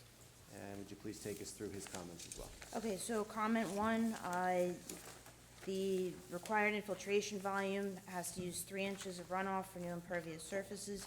My original calculations used a different stormwater calculation method, so I'll revise the stormwater calculations to show 3 inches and adjust the rain garden size. So And- your testimony, even once that's done, your testimony as to the efficiency and so forth in handling the additional impervious coverage would still be accurate? Correct. Okay. And the second comment, it's the same thing. I will, on the new plan, or on the revised plan, I'll adjust the grading around the rain garden, and calculations will be adjusted for the final volume. And question 3, rain garden details should note that soil log and permeability testing is required within the system footprint. I will add that note again on the plan. It is listed in the notes, but Yeah, it I'll is in the general increase notes, the I see. visibility of the note. And then, how the runoff will be collected from the pool perimeter and the 6-inch pipe that directs the runoff towards the rain garden. Along the pool perimeter, I believe it's a 4-inch perforated pipe was installed below the retaining walls, so water pitches to that. There's like a gravel landscape there. I'm talking around the entire pool perimeter, right? You're creating Yeah. hardscape. And then the other thing that we're gonna do, You don't have to get into detail here, Okay. just, you're gonna show on a detail Yeah, on the plan, yeah. how that Right. water that sheds off there is gonna magically run into that pipe, that's all I want to say. yeah, so the other option that we decided was if we could use the existing roof area, because currently the roof leader just drains off into the lawn. So we're gonna, by connecting to the existing roof leader, directing that to the rain garden, we can then capture the impervious area. I have no problem, as long as there's not a drywall out there now. Do you know if the There's gutters no go into drywall. the ground, or they splash at grade? They splash a grade. Okay, yeah, that's not a problem, taking clean runoff Yeah. from the roof and directing it. Then you're not left with a perimeter drain system, so Right. that's not a problem. Do you need a larger rain garden if you're now directing more water? It's, No, they can take, well, I don't know how much they'll end with, but we do the same thing too. We'll typically grab an equivalent area of the house, depending where the gutters are. You can often get close to an equivalent area, and if it's a little larger, then you size it for that, but ultimately, you can get pretty close to the impervious cover you create by capturing portions of a dwelling.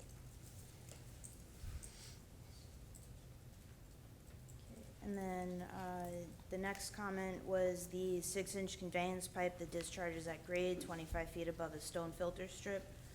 The DEP best management practices have a stipulation that if the pipe discharges, I believe it's 20 feet from the rain garden to the pipe discharge, You can swale it there, and then it reduces the size of the gravel piece of the front. So as all right, well, you and I can talk about that later, but as an erosion measure, they're telling you can daylight the pipe right at grade? Yep. Wow, okay. So worst case scenario is we add riprap or river rock. Yeah. I'm just worried about scour and Yeah. erosion, that's all. I just find it stupefying that DEP would tell you you can just take a pipe and daylight it at grade. Yeah. 20 feet away from any kind of stabilization. So, okay, but we'll work through that, thank you. It's green infrastructure, right? So, It could be brown if it scours, though, that green is gone. If it's green infrastructure, then it's all good, there could be no wrong. Yeah. Until we figure out all the wrongs and then they change it. Well, hopefully we can resolve this before that. So, the final comment is limited disturbance. We're proposing less than 5,000 square feet. 5,000 square feet or more of disturbance triggers a soil conservation district permit. The comment says to show silt fence around the, rain garden, so no problem. Yeah, even if you're not getting certified. Yeah. You still have to show some soil erosion measures to satisfy the township, Yeah. so. And what I'll tell you now is that the detail, that's why I asked the questions about the detail, how the water's getting in there, because ultimately, when they go to get their permit, the township engineering department may look at this in a different way than the board does here, because usually more detail is required at that level, so Okay. just beware. Okay, no problem. Does the under 5,000 square feet include all the patio that was built prior without permits? Double check. I am including all of the patio, the pool, and the rain guard, and any piping or regrading for the So rain it's garden. to that everything for the system. whole project? Yeah. I have nothing further from Ms. Lepaka at this time. At this time, if there's any members of the public that have questions for the witness, now's the time to do so. Seeing none. Mr. Lilly? Then I rest. I've made my arguments as to positive and negative criteria. I think, And- sorry, I I might have apologize. another question. We might have asked this question, right, but to the homeowner, have you talked to your neighbors about this subsequent project versus the original project? And did anybody come and talk to you? You know, was there any conversations that you had with anybody? Yeah, for sure, absolutely. To the left and to the right and directly behind me, I've spoken to those neighbors throughout construction and recently. And No any issues. comments they had, or, okay, they said everything's great, everything? I don't want to put words in your mouth. Yeah, no. I just Yes, want you sir. to explain what they Yes. said. Okay. No concerns. I have one more question, I'm sorry, I just want to get comfortable with these numbers. So, I'm looking on the grid for impervious coverage. So if I'm doing the math right, you're over by 2.3%, at least with respect to what's allowed, and that's about 1,000 feet. So, it looks like, and correct me if I'm wrong, but that's coming from the upper patio, the pool decking, the rear walkway, and the rear walls. I think all of that totals kind of how we got here, from an overage standpoint. The question I have is with respect to pool patio, it says currently existing 303, proposed is 365. That seems like a pretty small increase, like versus only having a small L built and you have to finish the whole thing. I just don't understand that number, and I want to make sure I understand it completely. 303 plus the 365. Oh, it's additional 365. Okay, so it's not total 365, it's an additional. did the exact same thing when I looked at this for the first time and I had your money, so that's exactly what it should happen to, it's not. Okay, thank you, okay. I wanted to ask the same question that I That asked makes before. more sense. Oh, Are you done? I'm sorry. Sorry, go ahead. The same question I asked before. I mean, you've got a driveway that's somewhat oversized. Would you consider offsetting what you're asking for by reducing the size of the driveway? Because by looking at this drawing, it looks like you could give back almost 400 square feet. You're going 10 by 40.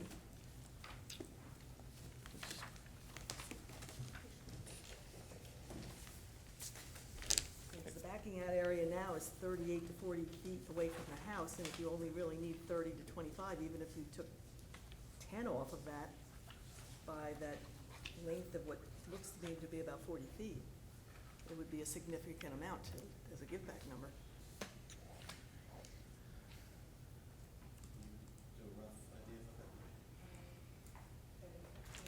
I'm using my finger as a scale. Ms. Lepaka, can you give an idea what that might amount to? Between 350 and 400, I would run the numbers through That's what I AutoCAD was and guessing, tweak it. 400, yeah. Does, it looks like there's a Belgian block curb there, curb, I'm sorry, is that how the driveway's constructed? Correct. Okay. And the A little bit driveway's- of work to do, The driveway's a macadam driveway. yeah, that's what it appears to be. Just a question. Mr. Chairman, if no Certainly, yeah. board members have any further, or when no board members have any further questions. I think they know to jump in if they want. Okay. Go ahead, Mr. Warner. They're as shy as I am, I know. Mr. Quinn, to our engineer, Mr. Quinn, one of the primary issues or concerns with respect to impervious coverage, particularly impervious coverage that is not vertical, but fairly flat to the ground, is stormwater management, correct? Yes. Okay. So my penchant for stating the obvious. I suspect, particularly since some of the board members seem to be grappling with the fact that there's an overage and what might be done to compensate for that overage, there's going to be a fair amount of reliance on you, that's the penchant for the obvious, to help the board with respect to the magnitude of the stormwater management concern and/or the comfort level with the stormwater management that's proposed, particularly since it's, for lack of a better term, the newer stormwater management perhaps than the older stormwater management drywall systems that the board might be more accustomed to. So I guess in a roundabout way, I'm asking you to give the board either the appropriate level of comfort or discomfort as they try to figure out what they're going to be comfortable with by way of either leaving the lot coverage at 17.3 or striving to find ways in which to lower the number. Because it's not just about lowering a number, it's what is the concern and what mitigates the concern. Right, so, I mean, the way I look at this is the improvements that are being constructed, they're gonna run off to the rear yard. So the impact associated with that additional impervious cover is to the rear. That's why, to my mind, globally, for an impervious cover number, I understand the desire to wanna nip here and nip there, but it's very likely, without topo I can't tell, but it's very likely the driveway discharges out to the front. So there's not gonna be a lot of benefit to the people in the rear where this development is proposed, for the driveway to be reduced and the runoff to be reduced out front. I mean, it helps neighborhood-wide, but specifically speaking, when you do something like this, I'm always looking at the adjacent property owner who's most impacted on something like this.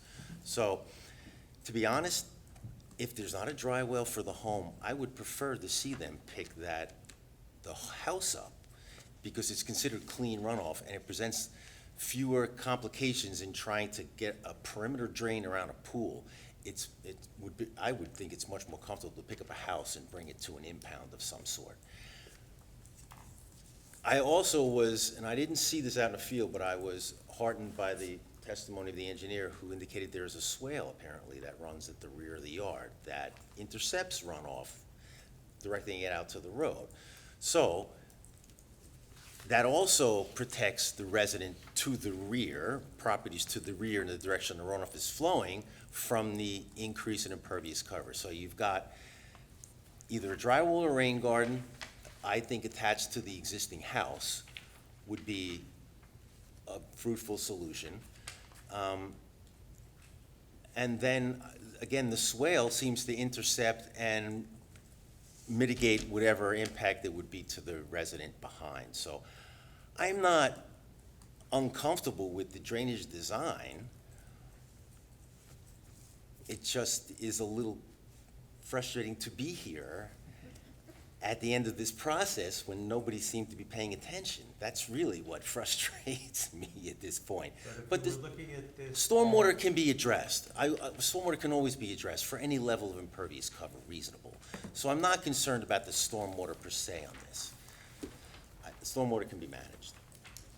If we were looking at this as an application for permission as opposed to one for forgiveness, which the board should, I think, in my view, look at it. It's for the good or for the bad. You don't look at an application and you should be deciding as to whether you would permit this initially if it were brought before you, is at least the way I was taught. You know, what would your opinions be the same with respect to the storm, or would you make different suggestions vis-a-vis either impervious coverage or stormwater management if this were coming new as an application for permission? Right, again, my concern is the impervious cover and the zoning, not the stormwater or managing it. That can be managed. Okay. So I don't have a problem with the stormwater or the management of the stormwater.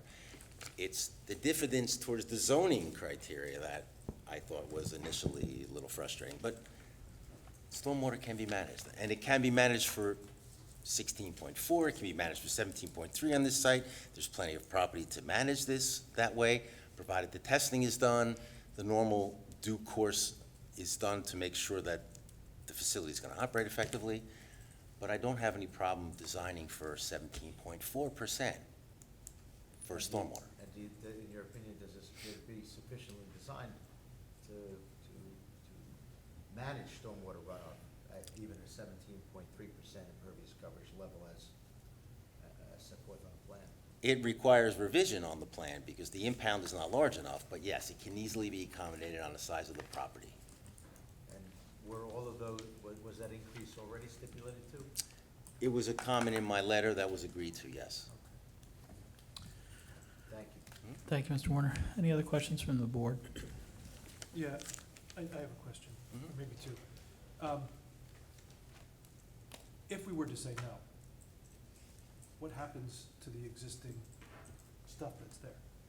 Comes out. Is that what no means?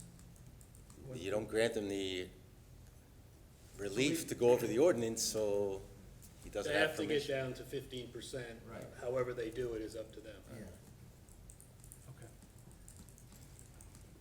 When you say the impound is not large enough, did you mean the rain garden's not large enough? Yeah, the way Allison sized it, and again, in deference to her, there's 566 municipalities, and they all have their own rules about how to deal with minor stormwater. Because the state tells you what you can do for major. So she took an approach, a routed approach. She didn't do the strict 3 inches of runoff over. So she came up with an impound that's not large enough under our criteria. So she'll have to expand that rain garden. But it won't be an issue to expand? No, there's Yep. plenty of room for it. Okay. Any further questions? No? I think we had a little bit more testimony, so if there's any members of the public that have questions for any of the witnesses with respect to their additional testimony, it's time to do so. Seeing none, at this time, if there's any members of the public that have comment for or against the application? Seeing none. Mr. Zelli, any final comments? Just thank you very much for your patience and diligence in going through this in detail with us. We would appreciate a positive vote for the reasons I expressed at the beginning. Thank you. Thank you, Mr. Zelli. Anybody on the board want to kick us off? Either a motion or deliberation or? I'm going to start off with a few comments. Sure. I mean, we've seen this, seems like every month now, somebody's coming in here with an application like this where a contractor has put a homeowner in a position like yourself where you have to come in here and ask for forgiveness, basically, and then seek relief. So perhaps that's something our building department can address to make it a little clearer to builders and homeowners to adhere to the plans that they're approved for, to not have to come into here and seek these approvals under these circumstances. As far as the rain garden goes, I mean, perhaps I'm old-fashioned, but I prefer a dry well system to it. I just think it's too easy for it to not be maintained and fail. That's besides the point. And I think there's alternatives to this. You can put a deck around the pool and I believe secure the cover. So I would not be in favor of this application. Thanks, Mr. Tancredi. Any other comments? My thoughts were exactly the same, especially, I'm a little bit stuck on the fact that the initial approval was at 14.9% coverage. So the minute the pavers started going down on the patio, I feel as though you were already over. So I feel as though it was well-known that you were over once you started building. I can't say for sure, but that's sort of how I feel. Thank you, Ms. Baumann. Any other comments? Yeah, I guess from my perspective, I was focused in on the material that you're using now to go along the pool. I appreciate that, you know, you have very nice pavers that are out there. It doesn't make sense to just keep going, but we're not indifferent, I think, to that type of material, and I'm trying to be very objective. If we were looking at this application for the very first time with the whole picture out here, I think very much I'll speak for myself, I won't speak for the board, but would still be focused on that material. If I thought about other materials, what else can we do here? You do have a large lot, and I appreciate Mr. Quinn's comments, and I'm actually quite confident from a stormwater management perspective, that's probably not the issue that we're dealing with here. Thanks, Mr. Neers. Any other comments? I have a few, but I'll wait till the end. I agree that a deck would be a better choice around this pool. I don't want to see the homeowner have to take out what's already been installed, but I think the application could be modified to show a deck or something different around the perimeter that allows for pervious coverage rather than impervious. I think I'd agree that if the in-place decking was just moved around a little bit and reconfigured, and of course there's cost to that, and contractor might have to, do that either way, that would be a different story than adding to the existing overage. So I see both sides, but I think, I think that would cover the safety issue, no issue with the runoff. Luckily, there is that drainage behind the house, so it's not impacting land, and no one came forward from the neighborhood to say that there would be an impact, so. Concur. Thanks, Mr. Kraus. Any other comments? I'm trying to look at it the way that Mr. Warner was framing it in terms of if this was the first time that it was brought to us. And with that, it's a little hard to do that because I just feel like if it was the first time that it was brought to us, there wouldn't be those bricks in the ground. And we could have a more genuine conversation about could we do this or could we do that. Now we're presented with this kind of take it or leave it scenario, and it's difficult. I don't want to vote no and have the applicant have to go and undo all of this work that's been done.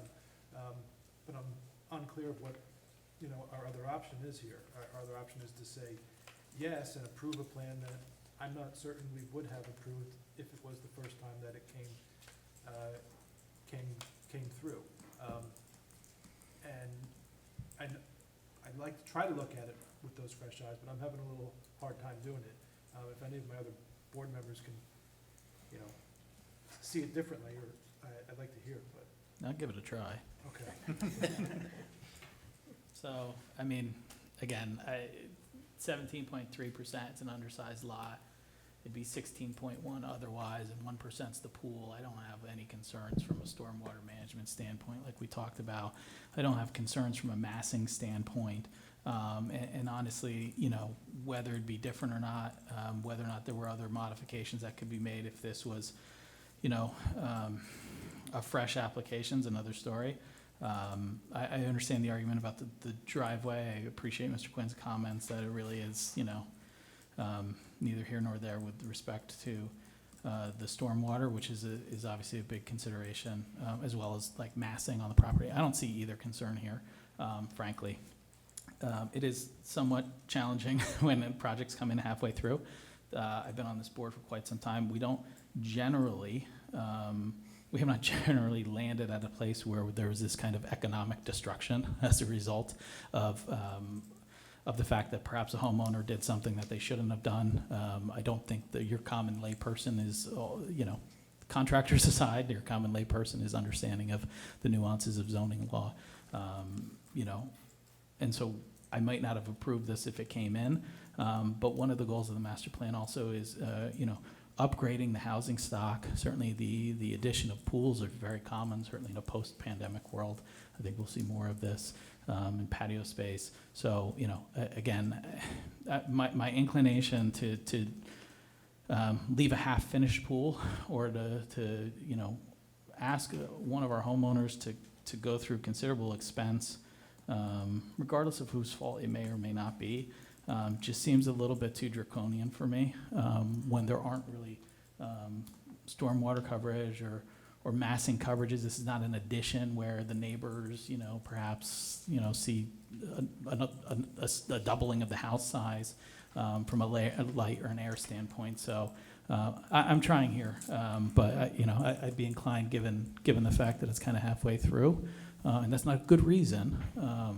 But I also don't think, tens of thousands of dollars to redo this at this point is particularly an appropriate remedy for what I would consider to be a relatively minor variance request, so. Thanks. 15.1 is a good way to look at it, though. Would it be too much to consider perhaps instead of continuing the stone around the pool to perhaps make that? I mean, I'm not suggesting take out the whole patio, but maybe around the pool? This is a personal philosophy of mine. I'm not particular. I am generally loath to suggest how the applicant presents their case. The applicant's here. The applicant is in a position to make accommodations from the feedback of the board. I think we've provided a significant amount of feedback, and if they're inclined to submit another application or modify that, that's certainly within their purview. But I think we've given, I don't know, Mr. Zelli, I hope an appropriate amount of feedback, for where this. I was just wondering if the board might desire a 5-minute break at the moment that I might be able to take advantage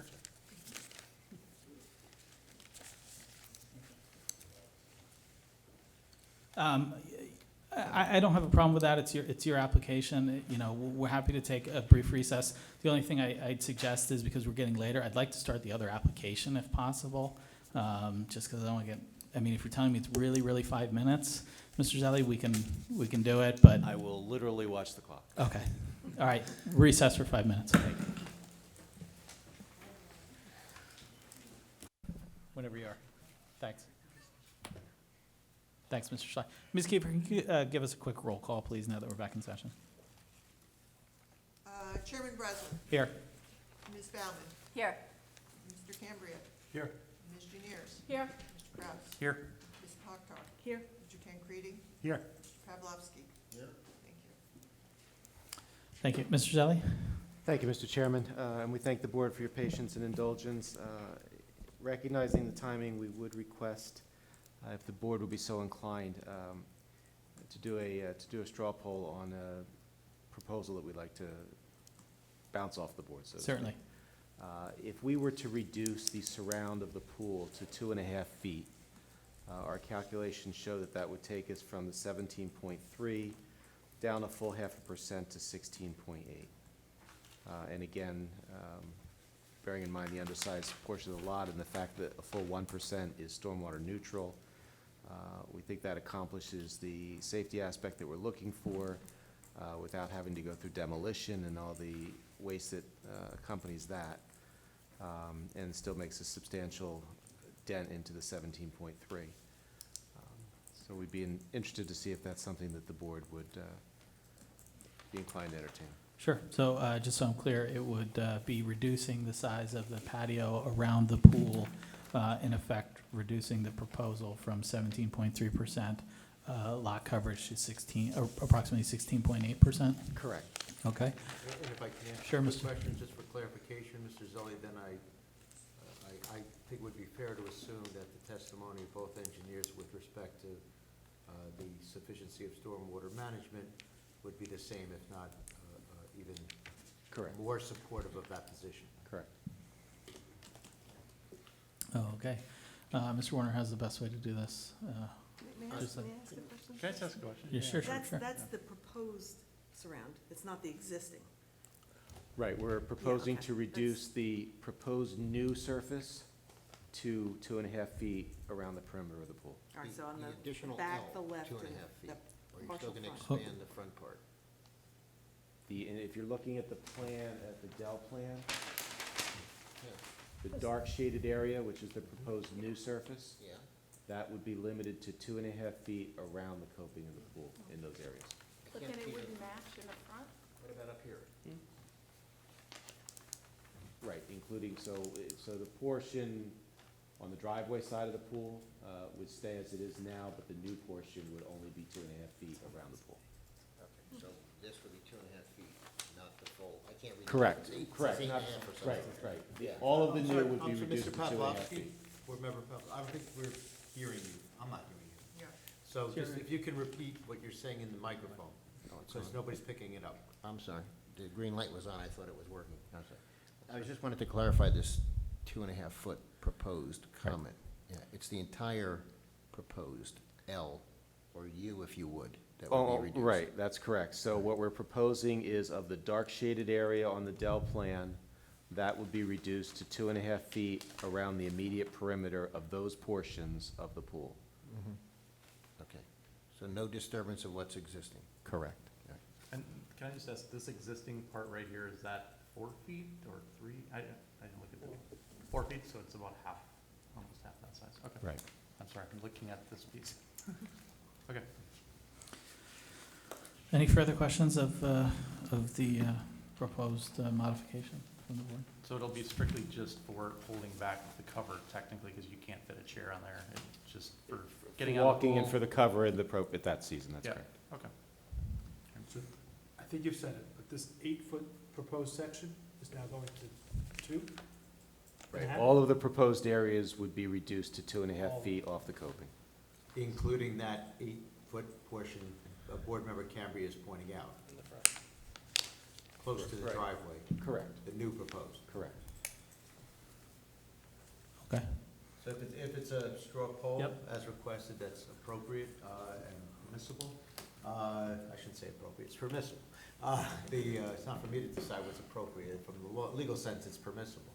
So if we can have a roll call straw poll, this is not a vote on the application, just an indication from the board members as to their view, as I understand it, of the proposed reduction, how that might be met before the applicant asks for an actual vote on a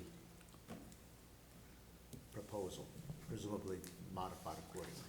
I guess maybe a way to phrase it would be if this proposal would sufficiently alleviate the concerns of the board member. Okay, so a yes vote in the straw poll would suggest that it sufficiently alleviates the concern. No, it's a straw poll. Sure. Yeah, oh, yeah. Comment away. Yeah. Oh, I'm good. Straw poll, only comments allowed with your indication.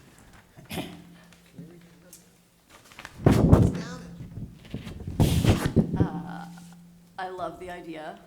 I do. I'm struggling with my initial struggle. I do appreciate the effort. I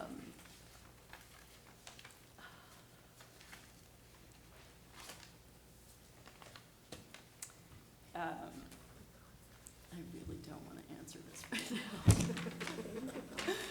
now. Are you uncertain? I'm uncertain. It's not an official vote, so we can probably just roll down. Yeah, I you can think, pass. right? You can decide pass. If you want to, you can trigger everyone else. Yeah. Yeah, of course. We, I'm happy to pass yeah, right wait, now. yeah. This is part of deliberations, so it's a group effort. I love the idea, I really do, and I really am trying to see both sides of this. I'm a little bit stuck. Mr. Cambria? I would say yes. To me, it more than sufficiently addresses the concerns. Yeah, I'll leave it at that. Thank you. Ms. Juniers? So not to mess this all up. I appreciate the effort. To me, the issue is kind of the whole picture. It's the patio and it's the walkway, so to shrink something by 2.5 feet that maybe is safe, maybe looks a little weird, it's gonna be incomplete in the front, I think is a weird thing for us to ask for. So to me, either we're for me personally, either I'm gonna be comfortable with everything that's been heard and approve the 4 feet. Like, to me, to shrink it down to 2.5 when, it looks like a fairly small space. I'm trying to picture it. It's like this much and a child getting out of the pool, and is that really in the best interest of this project? So for me, that doesn't solve the issue. What's so challenging about this, and, it's hard for us when things are already kind of halfway there. That's what is so hard. I personally do think we would have made some significant suggestions to the original plan such that we would be closer. And having said that, I do appreciate that the pool is 1% of what we're looking at here. So for me, it doesn't change my vote for the 2.5. Like, I personally don't feel better if we're just trying to cheese you a little bit around 3/4 of the pool. I think for me personally, I either have to get comfortable with the application and say this is kind of where we are. How big is the lot? We don't have a stormwater management issue. And certainly our goal is not to inflict financial hardship on you so that, we can get to very specific numbers. So either your property can accommodate what you're asking for and we can live with it, or we can't. So for me, it doesn't make that big of a difference. What was that vote? I think it's not a vote. It's a Definitely. deliberation and straw poll. I think there was enough of an indication. I think we would move to the next board member. Thank you, Mr. Warner. Mr. Kraus? Wonderful. Can I talk for 20 minutes and not vote either? I guess it doesn't change a lot, but I do understand and consider that is an option for you to do.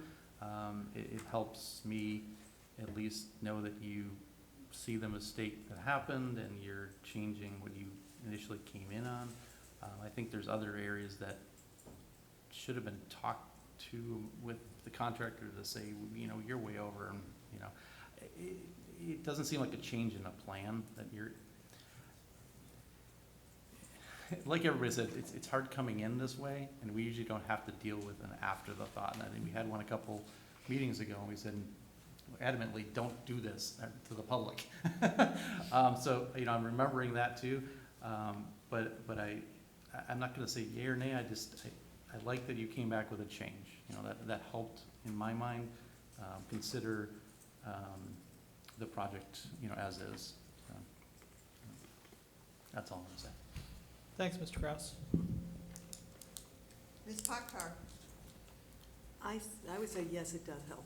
2.5 feet is roughly the depth of this desk, front to back. It's a reasonable walkway around a pool for someone to get out. It's a reasonable length to tie a cover back. And based on Mr. Quinn's testimony, I'm not as concerned about the stormwater as I was, especially if the rain garden is made larger. So I would say yes, it definitely helps. Mr. Tancredi? I appreciate the effort, but I'd still be a no vote on it. Thank you, Mr. Tancredi. Chairman Breslin? I'll support it. Appreciate the effort.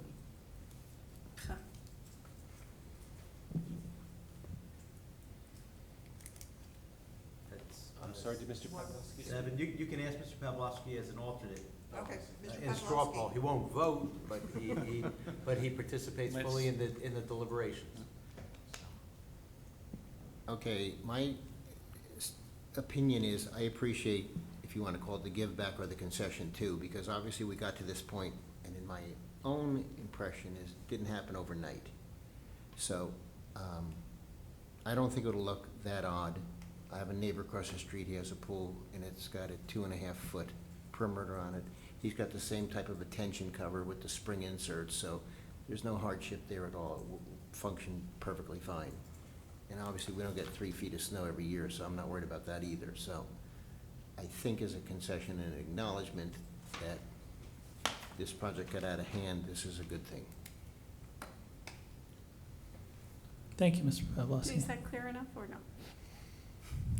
Do you want to redo one? Hold up our fingers. Let's do it this way. Yeah. That would be helpful if you do that. Okay.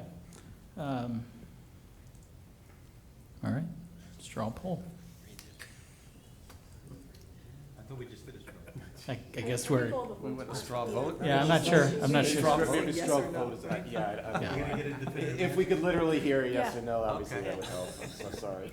Let the deliberations continue, but we do have another matter. We to do, get to. and we understand that. We In appreciate your time. fairness. Run it. Again? Yeah. Let's do it. Yeah. All of them? Yeah. Okay. Ms. Baumann? No. Mr. Cambria? Yes. Ms. Juniers? Yes, and I wouldn't have required the 2.5. Mr. Kraus? Yes. Ms. Pakhtar? Yes. Mr. Tancredi? No. Mr. Pavlovsky? Yes. So that was a straw poll, again, to keep everybody clear. Do you want to put forth a proposal for this board to vote on, Mr. Zelli? I do, I'm a little confused, though. I just took I heard 7 votes, and I thought Mr. Pavlovsky was the alternate. I thought that was. He was, I think you know where I sit, I Mr. think Zelli. Brad Okay, did. all right, Oh, I'm just, sorry, I Brad thought did. Brad answered. I didn't vote, Okay. but I think you know where I sit. Then at this time, we would like to formally amend the application to provide for 2.5 feet along the immediate coping perimeter of the proposed new portions set forth on the Dell plan.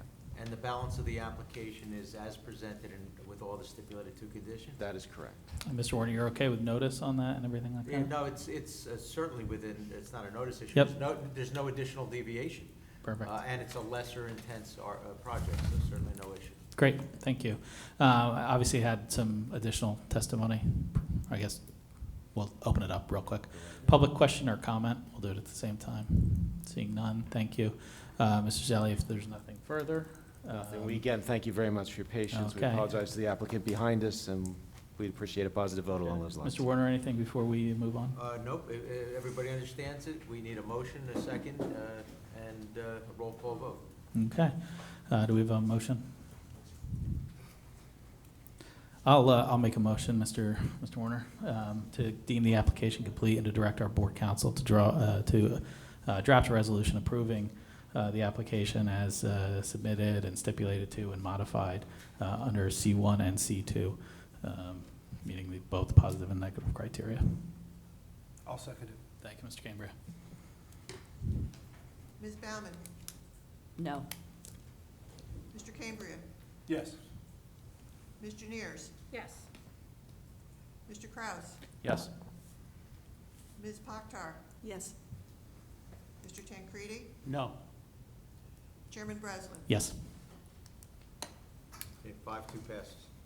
Thank you very much. Thank you all very much. Have a Thank wonderful you. evening. Next application this evening is 7D Verb, ZB21-024.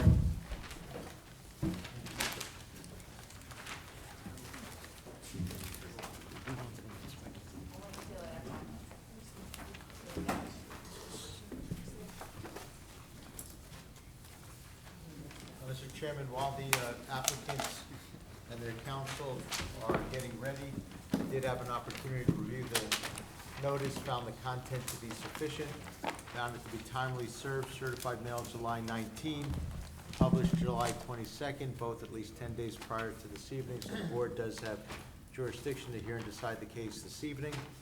And I'll defer back to you, Mr. Chairman. Thank you. Good evening, Mr. Sullivan. No, I'm Jordan Friedman. I work with Mr. Sullivan. He could not be here My this evening. apologies, Mr. Friedman. That's okay. Welcome, and maybe we quickly get your folks in and sworn in, and you know the routine, so. Okay. You gonna swear in? I'll swear everyone in, certainly.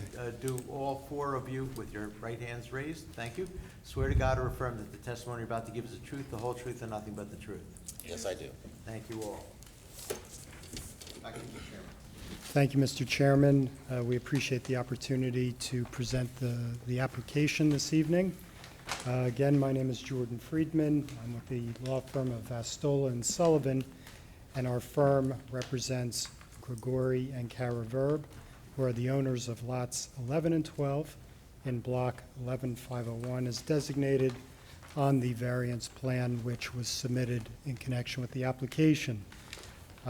This application is for bulk variance approval. The property is more commonly known as 33 Long Road. It has a lot area of 6.18 acres, and it is in the Township's R3 zone. It is currently improved with a single-family dwelling and a garage. The reason why we're here for bulk variance approval is to permit construction of a swimming pool with waterfall and a slide feature, a pool house, patios, and walkway. And also in connection with the plan, the two lots would be merged together as part of the application. There are various plans that you have access to. There is the architectural plan by David Hartdorn, AIA, dated December 7th, 2019. There's a landscape design by Dominic Stanzione, dated October of 2019. There's a variance plan by Deborah D'Amico. It's originally dated April 14th, 2021, but it was last revised July 6th, 2021. And there's also the NJDEP Wetlands Letter of Interpretation dated May 10th, 2021.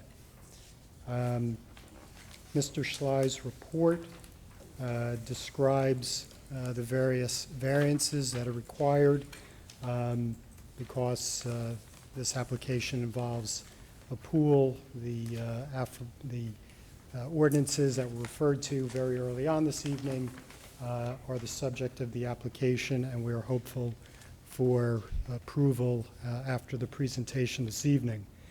Our witnesses are Grigori Verb, again, an owner of the property, and Deborah D'Amico. With that, I'll ask Mr. Verb to testify as a witness.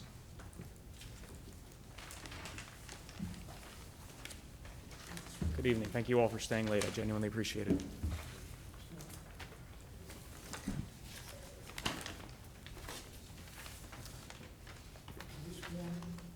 He was sworn. Yep. No, no problem. You can, I'll tell a joke and keep you up. Well, that'll do it. Mr. Verb, your wife and you own 33 Long Road, correct? Yes, sir. And for how long have you owned the property? 3 years. And who lives with you there at the property? My wife, my 4-year-old daughter, my 4-month-old son, and my faithful hound. Could you Okay. please speak, get closer to the microphone and Apologies. speak right into it? You got it. Thank you.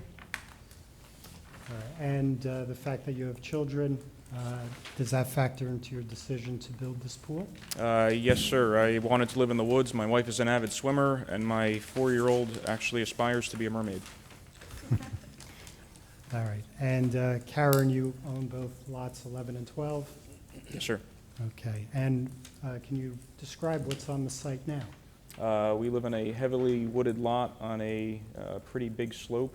We have a single-family house and a 3-car garage, and we enjoy living there. Okay. So why don't you tell the board about your proposal? We would very much like to create a pool and a pool house, so that way my wife and daughter and hopefully son can swim till their hearts are content. Okay. And just a housekeeping item. There were pictures that were submitted with the application. You're aware of that, correct? Yes, sir. I took them myself Okay. And when about did you take those pictures? about 2.5 months ago. Okay. If the board needs more specific information, I'm referring to color photographs that were submitted subsequent to the original submission of the application. You're talking about these four, correct? Yes, sir. Yeah, they're all accurate depictions of what presently exists? Yes, sir. Okay. That's fine. I And they tried- were submitted more than 10 days in advance of this evening, correct, Counselor? More than Yeah. 10 days in advance of today, right? Yes, sir. Yes, they were. Okay, so they don't need to be marked as exhibits. It's hard to describe, just trees everywhere, so I put labels on them to help out the best I could. I guess the labels are viewed from 50 long, 40 long, or 40? That's where they would be if you could see them. Right, so it's the view towards those particular addresses. Yes, sir. Okay, got it, thank you. All right. Given the nature of the application, why is it that you need the variance approval? Well, we have two lots we'd like to combine to one, as we have no interest in having a closer neighbor. And we'd like to improve the property as we enjoy spending time outside. All right, and given where you're proposing to build the pool, can it be built anywhere else on the property? We are operating under many confines, and I think this is the ideal spot. Directly uphill from the house is a pretty substantial grade. Putting a large body of water uphill is not a great idea. We also have a well in place in that location directly uphill of the house. All right, and would the merger of the two lots help you accomplish what it is that you're trying to do? Yes, sir. Okay. It would also eliminate 2 existing deviations, correct? Yes, sir. Exactly. That set forth in Mr. Schley's memo, correct? Yes. And I take it those are deemed to be positive or benefits to the proposal? Yes, we do believe that. Otherwise, the only 2 existing or proposed deviations are both pool location deviations, one with respect to the rear and one with respect to the fact that it's technically in a front yard, David? Yes. Okay. And it's essentially C1 arguments and C2 arguments, I imagine? Both arguments, yes.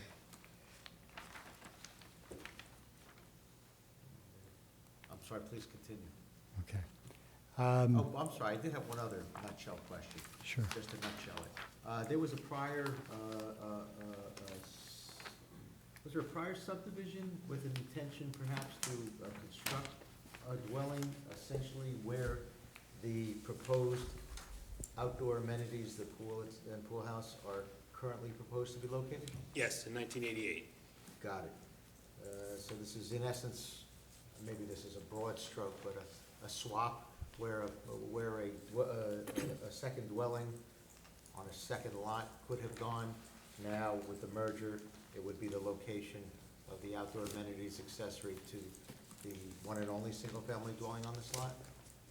Yes, and I believe the witness is trying to indicate that as well. I apologize for... You said it better than I could, sir. Well, I doubt it, okay. But enough self-deprecation. Okay, just wanted to make sure everybody had the nutshell of it, so accurately, including myself, so thank you all. All right, for the board's benefit, can you give a description of Lot 10, which is a neighboring lot that you have some knowledge of? Yeah, as you can see, the blue streams running through it, about 30 feet uphill of that is a very steep slope. It's also wetlands. It is unusable space and should be protected. That's why the area proposed is is a flatter area than most on the hill, making it an ideal location for said project. All right, and does Lot 10 have a pool, to your knowledge? Yes, sir. And where is it located on the property? On the rear of their house, although they have a side-facing house, because of, again, the topography and the substantial amount of woods, it is invisible from my house. All right, but does it present the same kind of issue that your application presents? Yes, sir. Okay. And Lot 14, can you describe that property for the board? Lot 14 goes higher up my hill. The actual resident is in attendance tonight and happens to be my sister, who is in full support of the project as well. Okay, and all right, and generally, what are the distances between your property and lots 10 and 14. I believe Mr. Schle's report has Lot 10 as 500 feet away and Lot 14 as 375?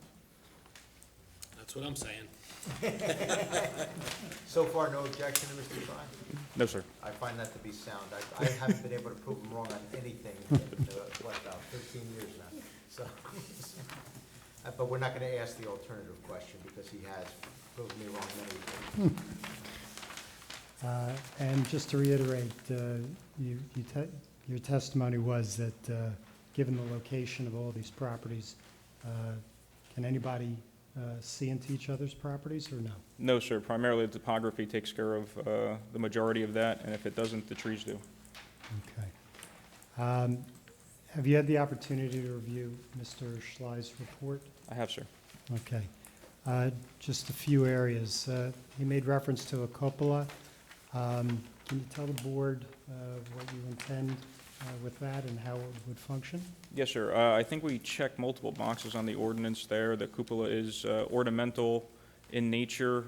It also helps hide the vent for the proposed wood stove, as well as provides exhaust for the anticipated humidity in the area, and would put in natural light inside without the dreaded skylights that I despise.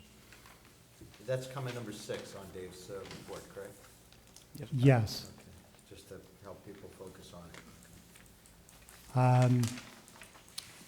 And in Mr. Schley's report, he makes reference to a chimney. Are you familiar with the comment in that report? I believe so. We would, if it's a wood stove, we would have a 6-inch double-walled stainless steel vent going through it. Also, I believe it's, the ordinance recommends it be under 10%. I believe we are about 7% of the roof area for the cupola. All right. And in points 9 and 10 of Mr. Schley's report, there's reference to conservation easements. One is a wetlands conservation easement, and the other is a stream buffer conservation easement. Are those things you agree to comply with? Yes, sir. Okay.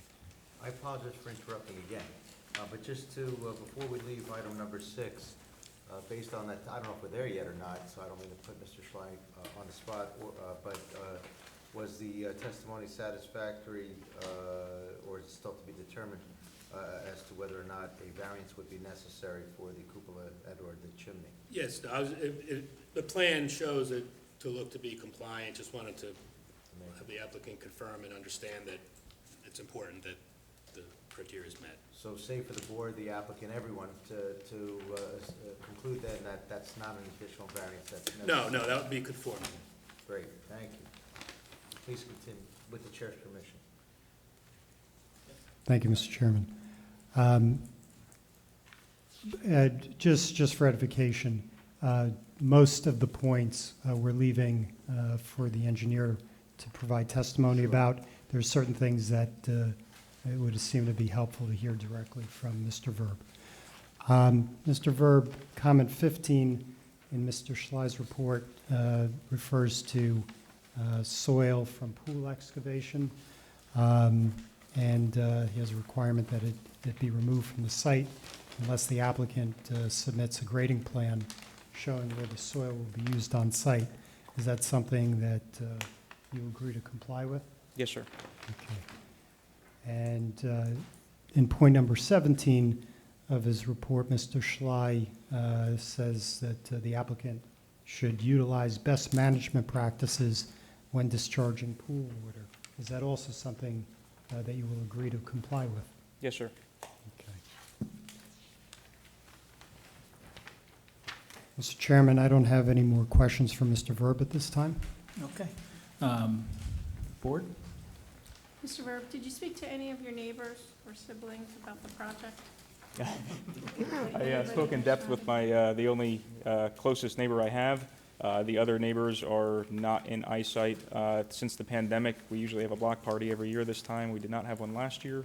I think next one is scheduled next week.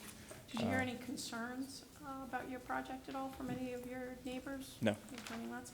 In your opinion, I know Long Road, it's a very woodsy type of feeling. In your opinion, does anything with respect to your plans take away from that type of aspect of the neighborhood? No. We're hoping to add to it with taking most of the excavations from the pool and adding it behind the pool to create a mound and try to tie it in as much as possible with the native surroundings that I enjoy so much there. Okay, and in your opinion, neither Long Road, any of the cars driving on Long Road, nor the neighbors, do you feel will be able to see your pool or pool house? No.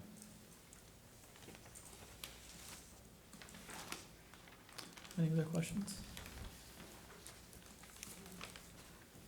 You know what, I'm sorry, I do have Yeah, one go ahead. question, just for Mr. Quinn, if I may, and I apologize for broadcasting the ignorance again, but if the soil is going to be moved and bermed and kept, my recollection is we have a soil removal obligation, or for Mr. Schley, whoever, is there any concern with keeping the soil on site? No, the only thing is that typically, the grading plan would reflect that. So if there's soil gonna be kept on the site, if there's a berm that you're gonna create it should reflect it. The plan doesn't show any berm right now, but I have no compunctions about keeping the soil on site. But it should be depicted how it's gonna be graded. Okay, and that's the balance, I guess, of comment number 15, David, right? And Tom, unless the applicant submits a grading plan showing the way the soil will be used on site. So you're stipulating to that aspect as well, correct? The revision of the plan? Yes. Okay, thank you. No, I appreciate that clarification. Nothing further, Mr. Chairman. Thank you, Mr. Warner. Any further questions from the witness? I just ask a question. To get to the pool, you're walking through the new, I'm gonna call it pool house, but it's more than a pool house, right? It's there's a path, then you go through the pool house, then you get to the pool? Is that how Yeah, I it think goes? the primary access from the house would be through the back door of the pool, or if we're in the backyard coming around, there'd be two access points from the house going there, footpaths. Is that a fairly significant distance, or, I'm just Uh, curious, like, is it, Not really. okay. We're outside so Funny much enough, and been running around in the I'm woods looking that at it this doesn't picture, seem the far at col- all, the yeah. colorful picture, and I'm just trying to, kind of figure out how you get there. And then in the pool, I'm gonna call it pool house, but in that area, would there be, cooking facilities too, or? I'm hoping for a wet bar, but no cooking facilities, no. Okay. Wood stove would be for ambiance and heat. Okay, great, thank you. Any further questions for the witness? Any questions from the public for this witness? Seeing none. Next witness. Thank you, Mr. Chairman.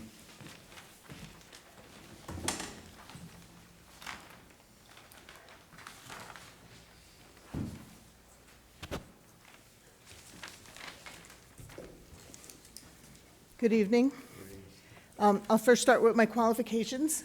I'm I'm sorry, Deb. if you could actually start with business address. Oh, first. sure. Thank you. Yep, I'm Deborah D'Amico. I own D'Amico Engineering, 68 North Bridge Street in Somerville. Thank you. And I am a graduate of Lafayette College. I hold a licensure in New Jersey, New York, and Pennsylvania for professional engineering. And I'm also a certified municipal engineer in New Jersey. My licenses are all in good standing. I'm happy to report. And you've been accepted as an expert in the field of civil engineering by multiple land use boards in the state of New Jersey? Yes, I have not had the privilege of being before this board before. However, my plans have made it here, so the homeowners have used my plans. We're the best in the state. So, welcome. You're accepted as an expert. So this project came to me, as a matter of fact, I work very closely with the contractor who is going to install the pool and the landscaping. He pulls me in whenever there's an issue for his pools. And so they pulled me in fairly early on this one. And I said, the very first thing I want to do is get an LOI. So that was secured. That took us quite a long time, but with the pandemic, I don't know why the state can't work, but they can't. And so we have the LOI. So I know where my environmental constraints, they're all on the front of the lot, which is where we expected them. And that's May 10, 2021. Very Yes. fresh, so no pun intended. Freshwater wetlands, LOI, line verification. from DP, correct? Yep, And in working to get that, that LOI, I worked with them to determine that there would be a riparian zone, but it would be 50 feet from the stream, which would be encompassed within all the wetlands. So DEP did not have me depict any of that, because the wetlands were more stringent and restricting on the site. So that is where we are with environmental. We're not going anywhere near any of that. We're not seeking any approvals, and they will be conserved through this project. The only thing that we ask is that any maintenance for the driveways, that we'd be able to, continue that through into the future, should he need to take care of the driveways that cross those areas. So then we looked for a place to actually put the pool. Can't put it behind the house, there's no room. Put it on the adjacent lot, tie the two lots together, eliminate the need for any variances for side yard setback. However, it introduced a front yard because the pool's in the front between the house and Long Road. There's an existing cow path that connects the lot with the house on, right, to his sister's lot. And that has been improved and stabilized with stone by the applicant. He just put down some stone so that they can have access between the two lots. And that is what is depicted on my plan and labeled per homeowner, because it was not there at the time of the survey. It was a dirt lot, it was not stoned. So that's where that came from. Can I ask one question? I'm trying to understand the pool in the front yard. And is it because of the curve of the road? And the distance from the road to the dwelling and the distance, like, it's a shorter distance? Yeah, if the road didn't curve in towards the dwelling, It would be then- closer and/or not in front yard? Right. Okay, thank you. I apologize, go ahead. So that's where we are today. I've done some grading. There is a grading plan, and it's not real clear, but the back of the pool, there is a grotto, and that will be graded up. And if you look, I bring the contours in, and I will give you more detailed grading on that as time goes in. Just to understand, you probably heard me say before, this will go before the engineering department. Yep. So a lot of this will have to be beefed up. Yep. And again, a lot of the details, the pool company doesn't put a lot of effort into designing, where the drains are going to be in the patio until they get their approvals for variances. So kind of like trying to move forward without doing more work than we have to. But certainly giving you enough information that you can make an educated decision. So, did I skip anything? I think I got most of it. Well, could you answer the following? Sure. Without the variance, is there anything else that could be done in order to place the pool on site, other than getting these variances? So to make the pool further from Long Road than the house, you'd have to put it, the only place where it'd be between is where the garage is and the driveway is, because that would be opposite the house from Long Road. And so, and there's a really small area there, but that's already driveway and garage. That would be the only place on the lot that wouldn't be between this house and Long Road. But it would still be in the front yard of the house on Lot 10 because of the way the house is situated. So Because that house is actually situated facing both of these lots. We couldn't put the pool anywhere without being in front of that house. So the variances are necessary. Absolutely necessary. And can you explain the benefit that the merger of the two lots will have? So the existing house has a side yard and a rear yard nonconformity. By eliminating that lot line, it eliminates that nonconformity. So it remedies, and that's a good thing. When we can eliminate nonconformities, that's a good thing. That's a benefit for sure. And have you had a chance to review Mr. Schley's report regarding the I have. application? Okay. I have, I don't take exception to anything in his report.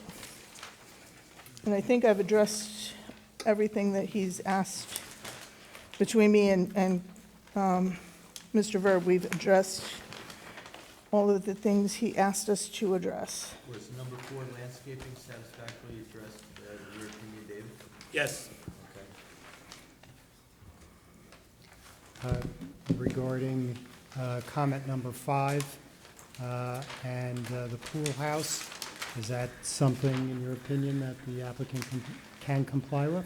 Absolutely. There is no bedroom in that pool house, and it is not the intent to be used as a dwelling, nor would it increase the use or the size of the septic. But if it did, in the opinion of the health department, we certainly would work with them to address any and allay any concerns they have.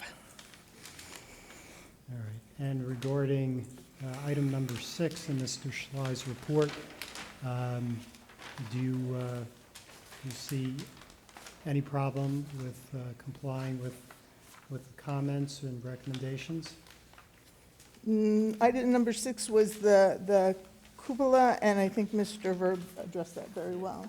I mean, in essence, again, just to recap, and Yep. David, correct me if I'm wrong, you confirmed that no variance was necessary for the cupola and/or chimney height, as per number 6, based on testimony of Mr. Verb, correct? Correct. Thank you. Regarding item number 7 in Mr. Schley's report, can adequate clarification be provided? Yeah, the label on the landscape plan or the sketch is incorrect. It is not a parking. That is that cow path that has now been stabilized with stone. So it's not a parking area. It's just an access path. Okay. Regarding item number 8 in Mr. Schley's report, is that something that the applicant can comply with? Yes. Regarding item number 9 in Mr. Schley's Well, I think we report, covered 9 and 10 already, we're stipulated to, Yep. correct? you are correct. And I discussed number 11, the riparian zones are fully within the wetland buffer. And though this is covering same territory again, but you agree that the applicant can file a deed merging the two lots? Yeah. Regarding item number 13 in Mr. Schley's report, can the applicant comply with the comments regarding lighting? Yeah, as far as I know, there's no lighting proposed that would shine up, and his desire is to leave this as natural as possible. So it'd be safety, security lighting anyway. Okay. Regarding, And the cupola will not be illuminated, correct? Correct.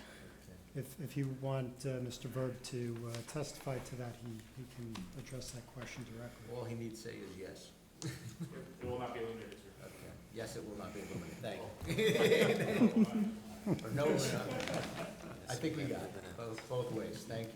All right, and item 14 of Mr. Schley's report, is that? Yeah, I have not done an inventory of the trees that will be removed, but we certainly will do a tree removal, protection, and replacement plan.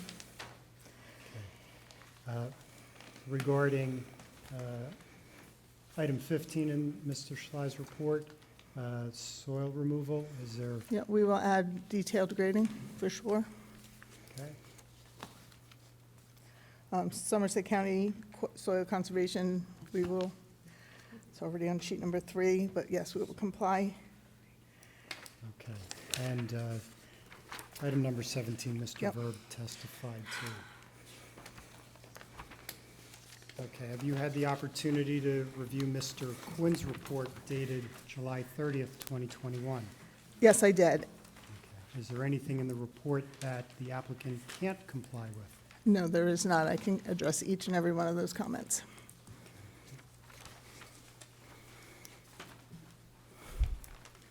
I have no further testimony for Ms. D'Amico. Any questions from the board? Just a question about the size of the pool. I know one time we had an issue with the size of the pool, and I don't know this size, where it was so big we had to say, you can't have a membership. This is 779 square feet. This isn't hitting that limit, right? No, that's 1,000. That was 1,000, okay. I wouldn't allow it. Large pool, it looks beautiful, I just don't know the sizes, so it was more, I think, square and different too, and we hit a limit, and we had to have some clause in there, so I just want to make sure. Yeah. I like the grotto, but, yeah. Okay, perfect, that's all the question I have. Dave, this is just a minor curiosity, actually. You say there's 4 lots, it's obviously 11 and 12. 10 is the residence to the north, 14 is the south. Is 13 that like unknown kind of who owns it kind of thing? And then is 6 the Somerset County open? Yes. Okay, thank you.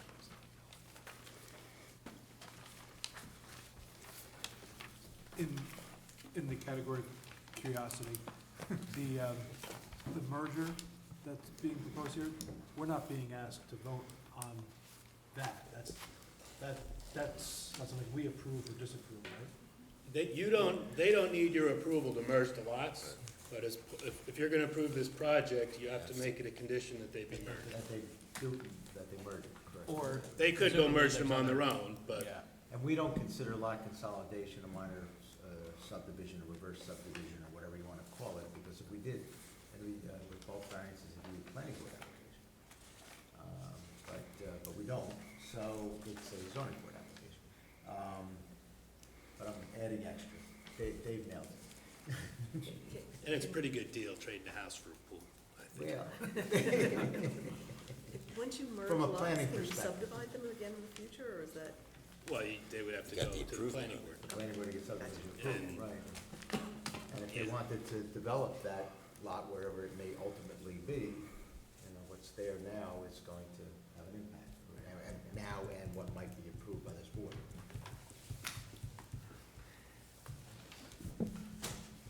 Any other questions of the witness? I have one question for Dave, because I want to make sure I understand the front yard.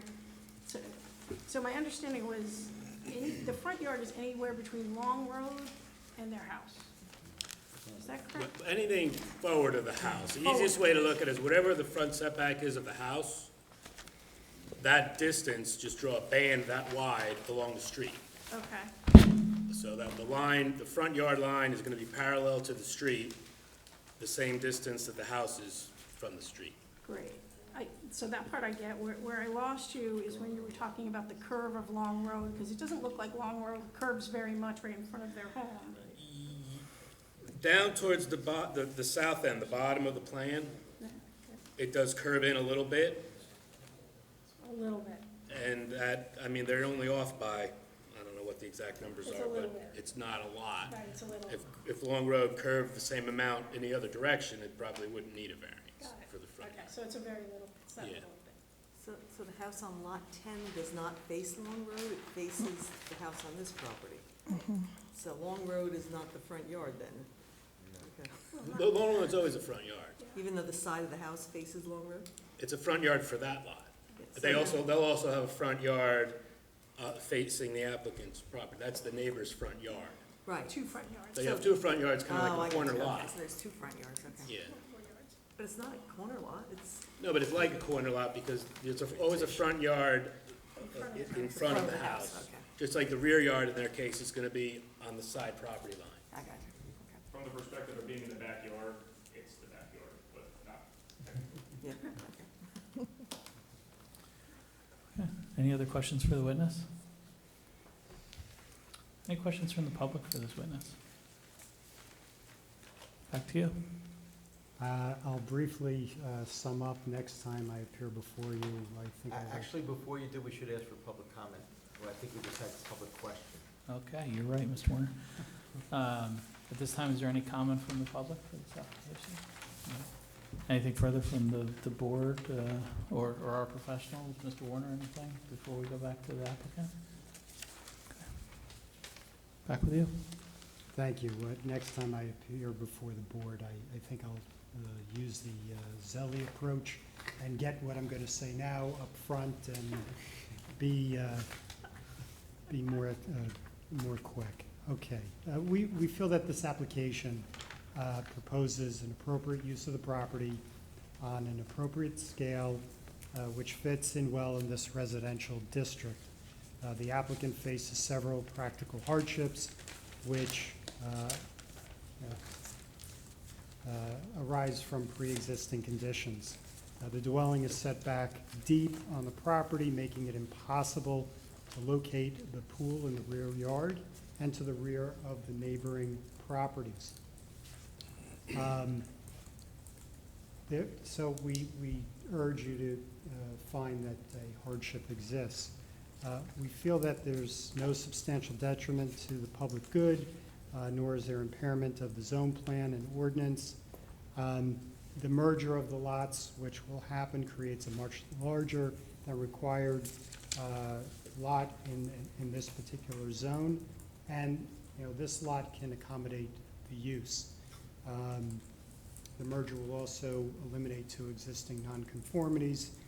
And given that the distance of the pool from the street and neighboring houses, well, given how far back the house is, there'll be minimal impact, if any, on neighboring properties. Lot 10 has the exact same condition as the proposed pool, and otherwise this is a permitted use in this zone. For all of these reasons and based upon the cumulative testimony, we ask for a ruling in the applicant's favor. We do believe that the benefits here outweigh any detriments, and looking at the time, we very much appreciate you staying longer this evening to consider the application in full. Thank you. Thank you very much. Anyone want to kick us off? I'll kick us off. Thanks, Ms. Juniors. A couple of comments, and, I think, I think there's a lot of positives to this project. I am appreciative that the combination of the two lots is going to eliminate two deviations just by the combination alone. I do think this neighborhood and this property, I think combined is now over 6 acres, I do think can certainly weather this project. I think it's the ideal location, I think, for the pool. I think the whole area of Long Road does have a very woodsy type of feel. It is a very kind of outdoorsy type of area, and yet it's still very, very secluded. I think the fact that, the houses, it's an older district, even though it's not in the historic district, the houses are all different locations and facing every which way. There is substantial distance between Long Road and most of the homes along Long Road. So I'm comforted by the fact that I think you won't be able to see any of it. I'm comfortable with the distance between where the pool is going to be and Lot 10 and Lot 14. And I'm also mindful that we haven't heard any comments from any neighbors against this project. So I would be in support of the application. I'm willing to make a motion in support of the application and ask our attorney to draft a resolution memorializing our decision to grant the relief sought, both on the combination and for the variances stated here tonight, with any stipulations that we may have mentioned. I'll second. Thank you very much. If I may just ask, to press. Oh, yes, I'm sorry. If it's a C, It's- on the yep, C1, yep. C2, or Well, both, only sorry. because, I'm better than that, really. no, no, no. 10:30, I apologize to everybody. You know, definitely under C1, there's definitely a hardship along that whole road, the steep slopes, I think, and the wetlands, it's absolutely C1. I could see it under C2 as well with the combination. I don't see any negative detriments to the area. I think the applicant has been mindful and has proposed, you know, kind of a beautiful projects that's in the spirit of the neighborhood along Long Road. I'll second that too. We have a motion and a second. Ms. Bowden? Yes. Mr. Cambria? Yes. Ms. Juniors? Yes. Mr. Kraus? Yes. Ms. Packard? Yes. Mr. Tancredi? Yes. Chairman Breslin? Yes. Good luck with your project. Thank you very much. Can I see when it's done? Who wants the pool membership? Are you gonna be on that pool show? That's what I wanna know. The grottos and... But we're not done yet, sir. Thank you.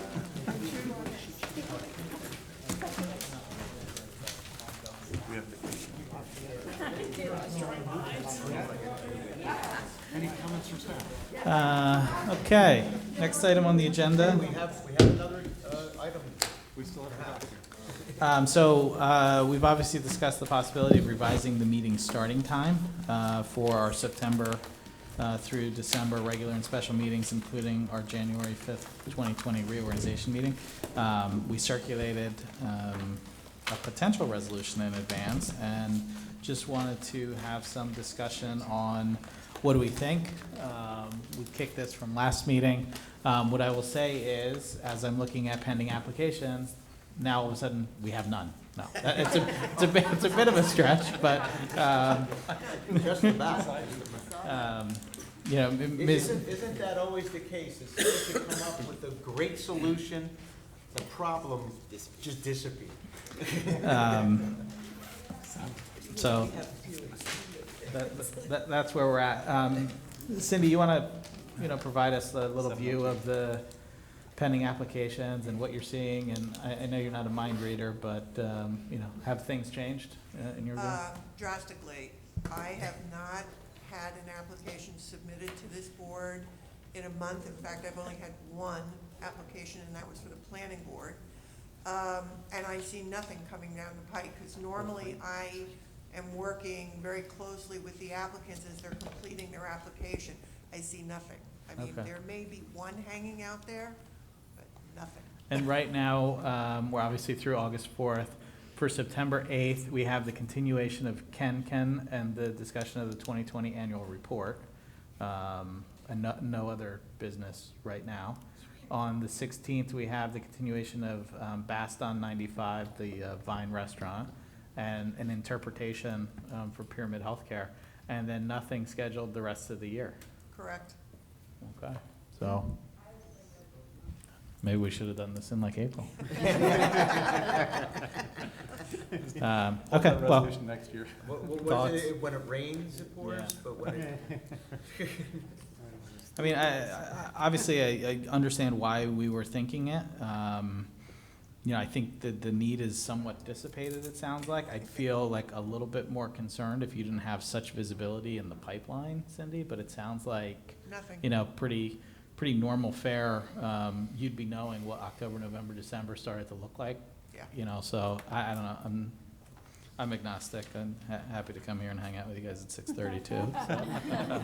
But Anita has a strong opinion. Sounds like we probably don't need to enact that at this time. Maybe we can just kind of keep it in the arsenal when, When things get busy, yeah, Yeah. or when we have complicated cases. That's Yeah. always been my. Well, the other thing is maybe we do consider at the beginning of next year, we talked about maybe the special meeting starting earlier and the regular meeting starting at the regular time. And maybe that's something that we can consider as a normal course for 2022, to give us some more flexibility in advance without having to renotice and all that kind of stuff. But, I don't know.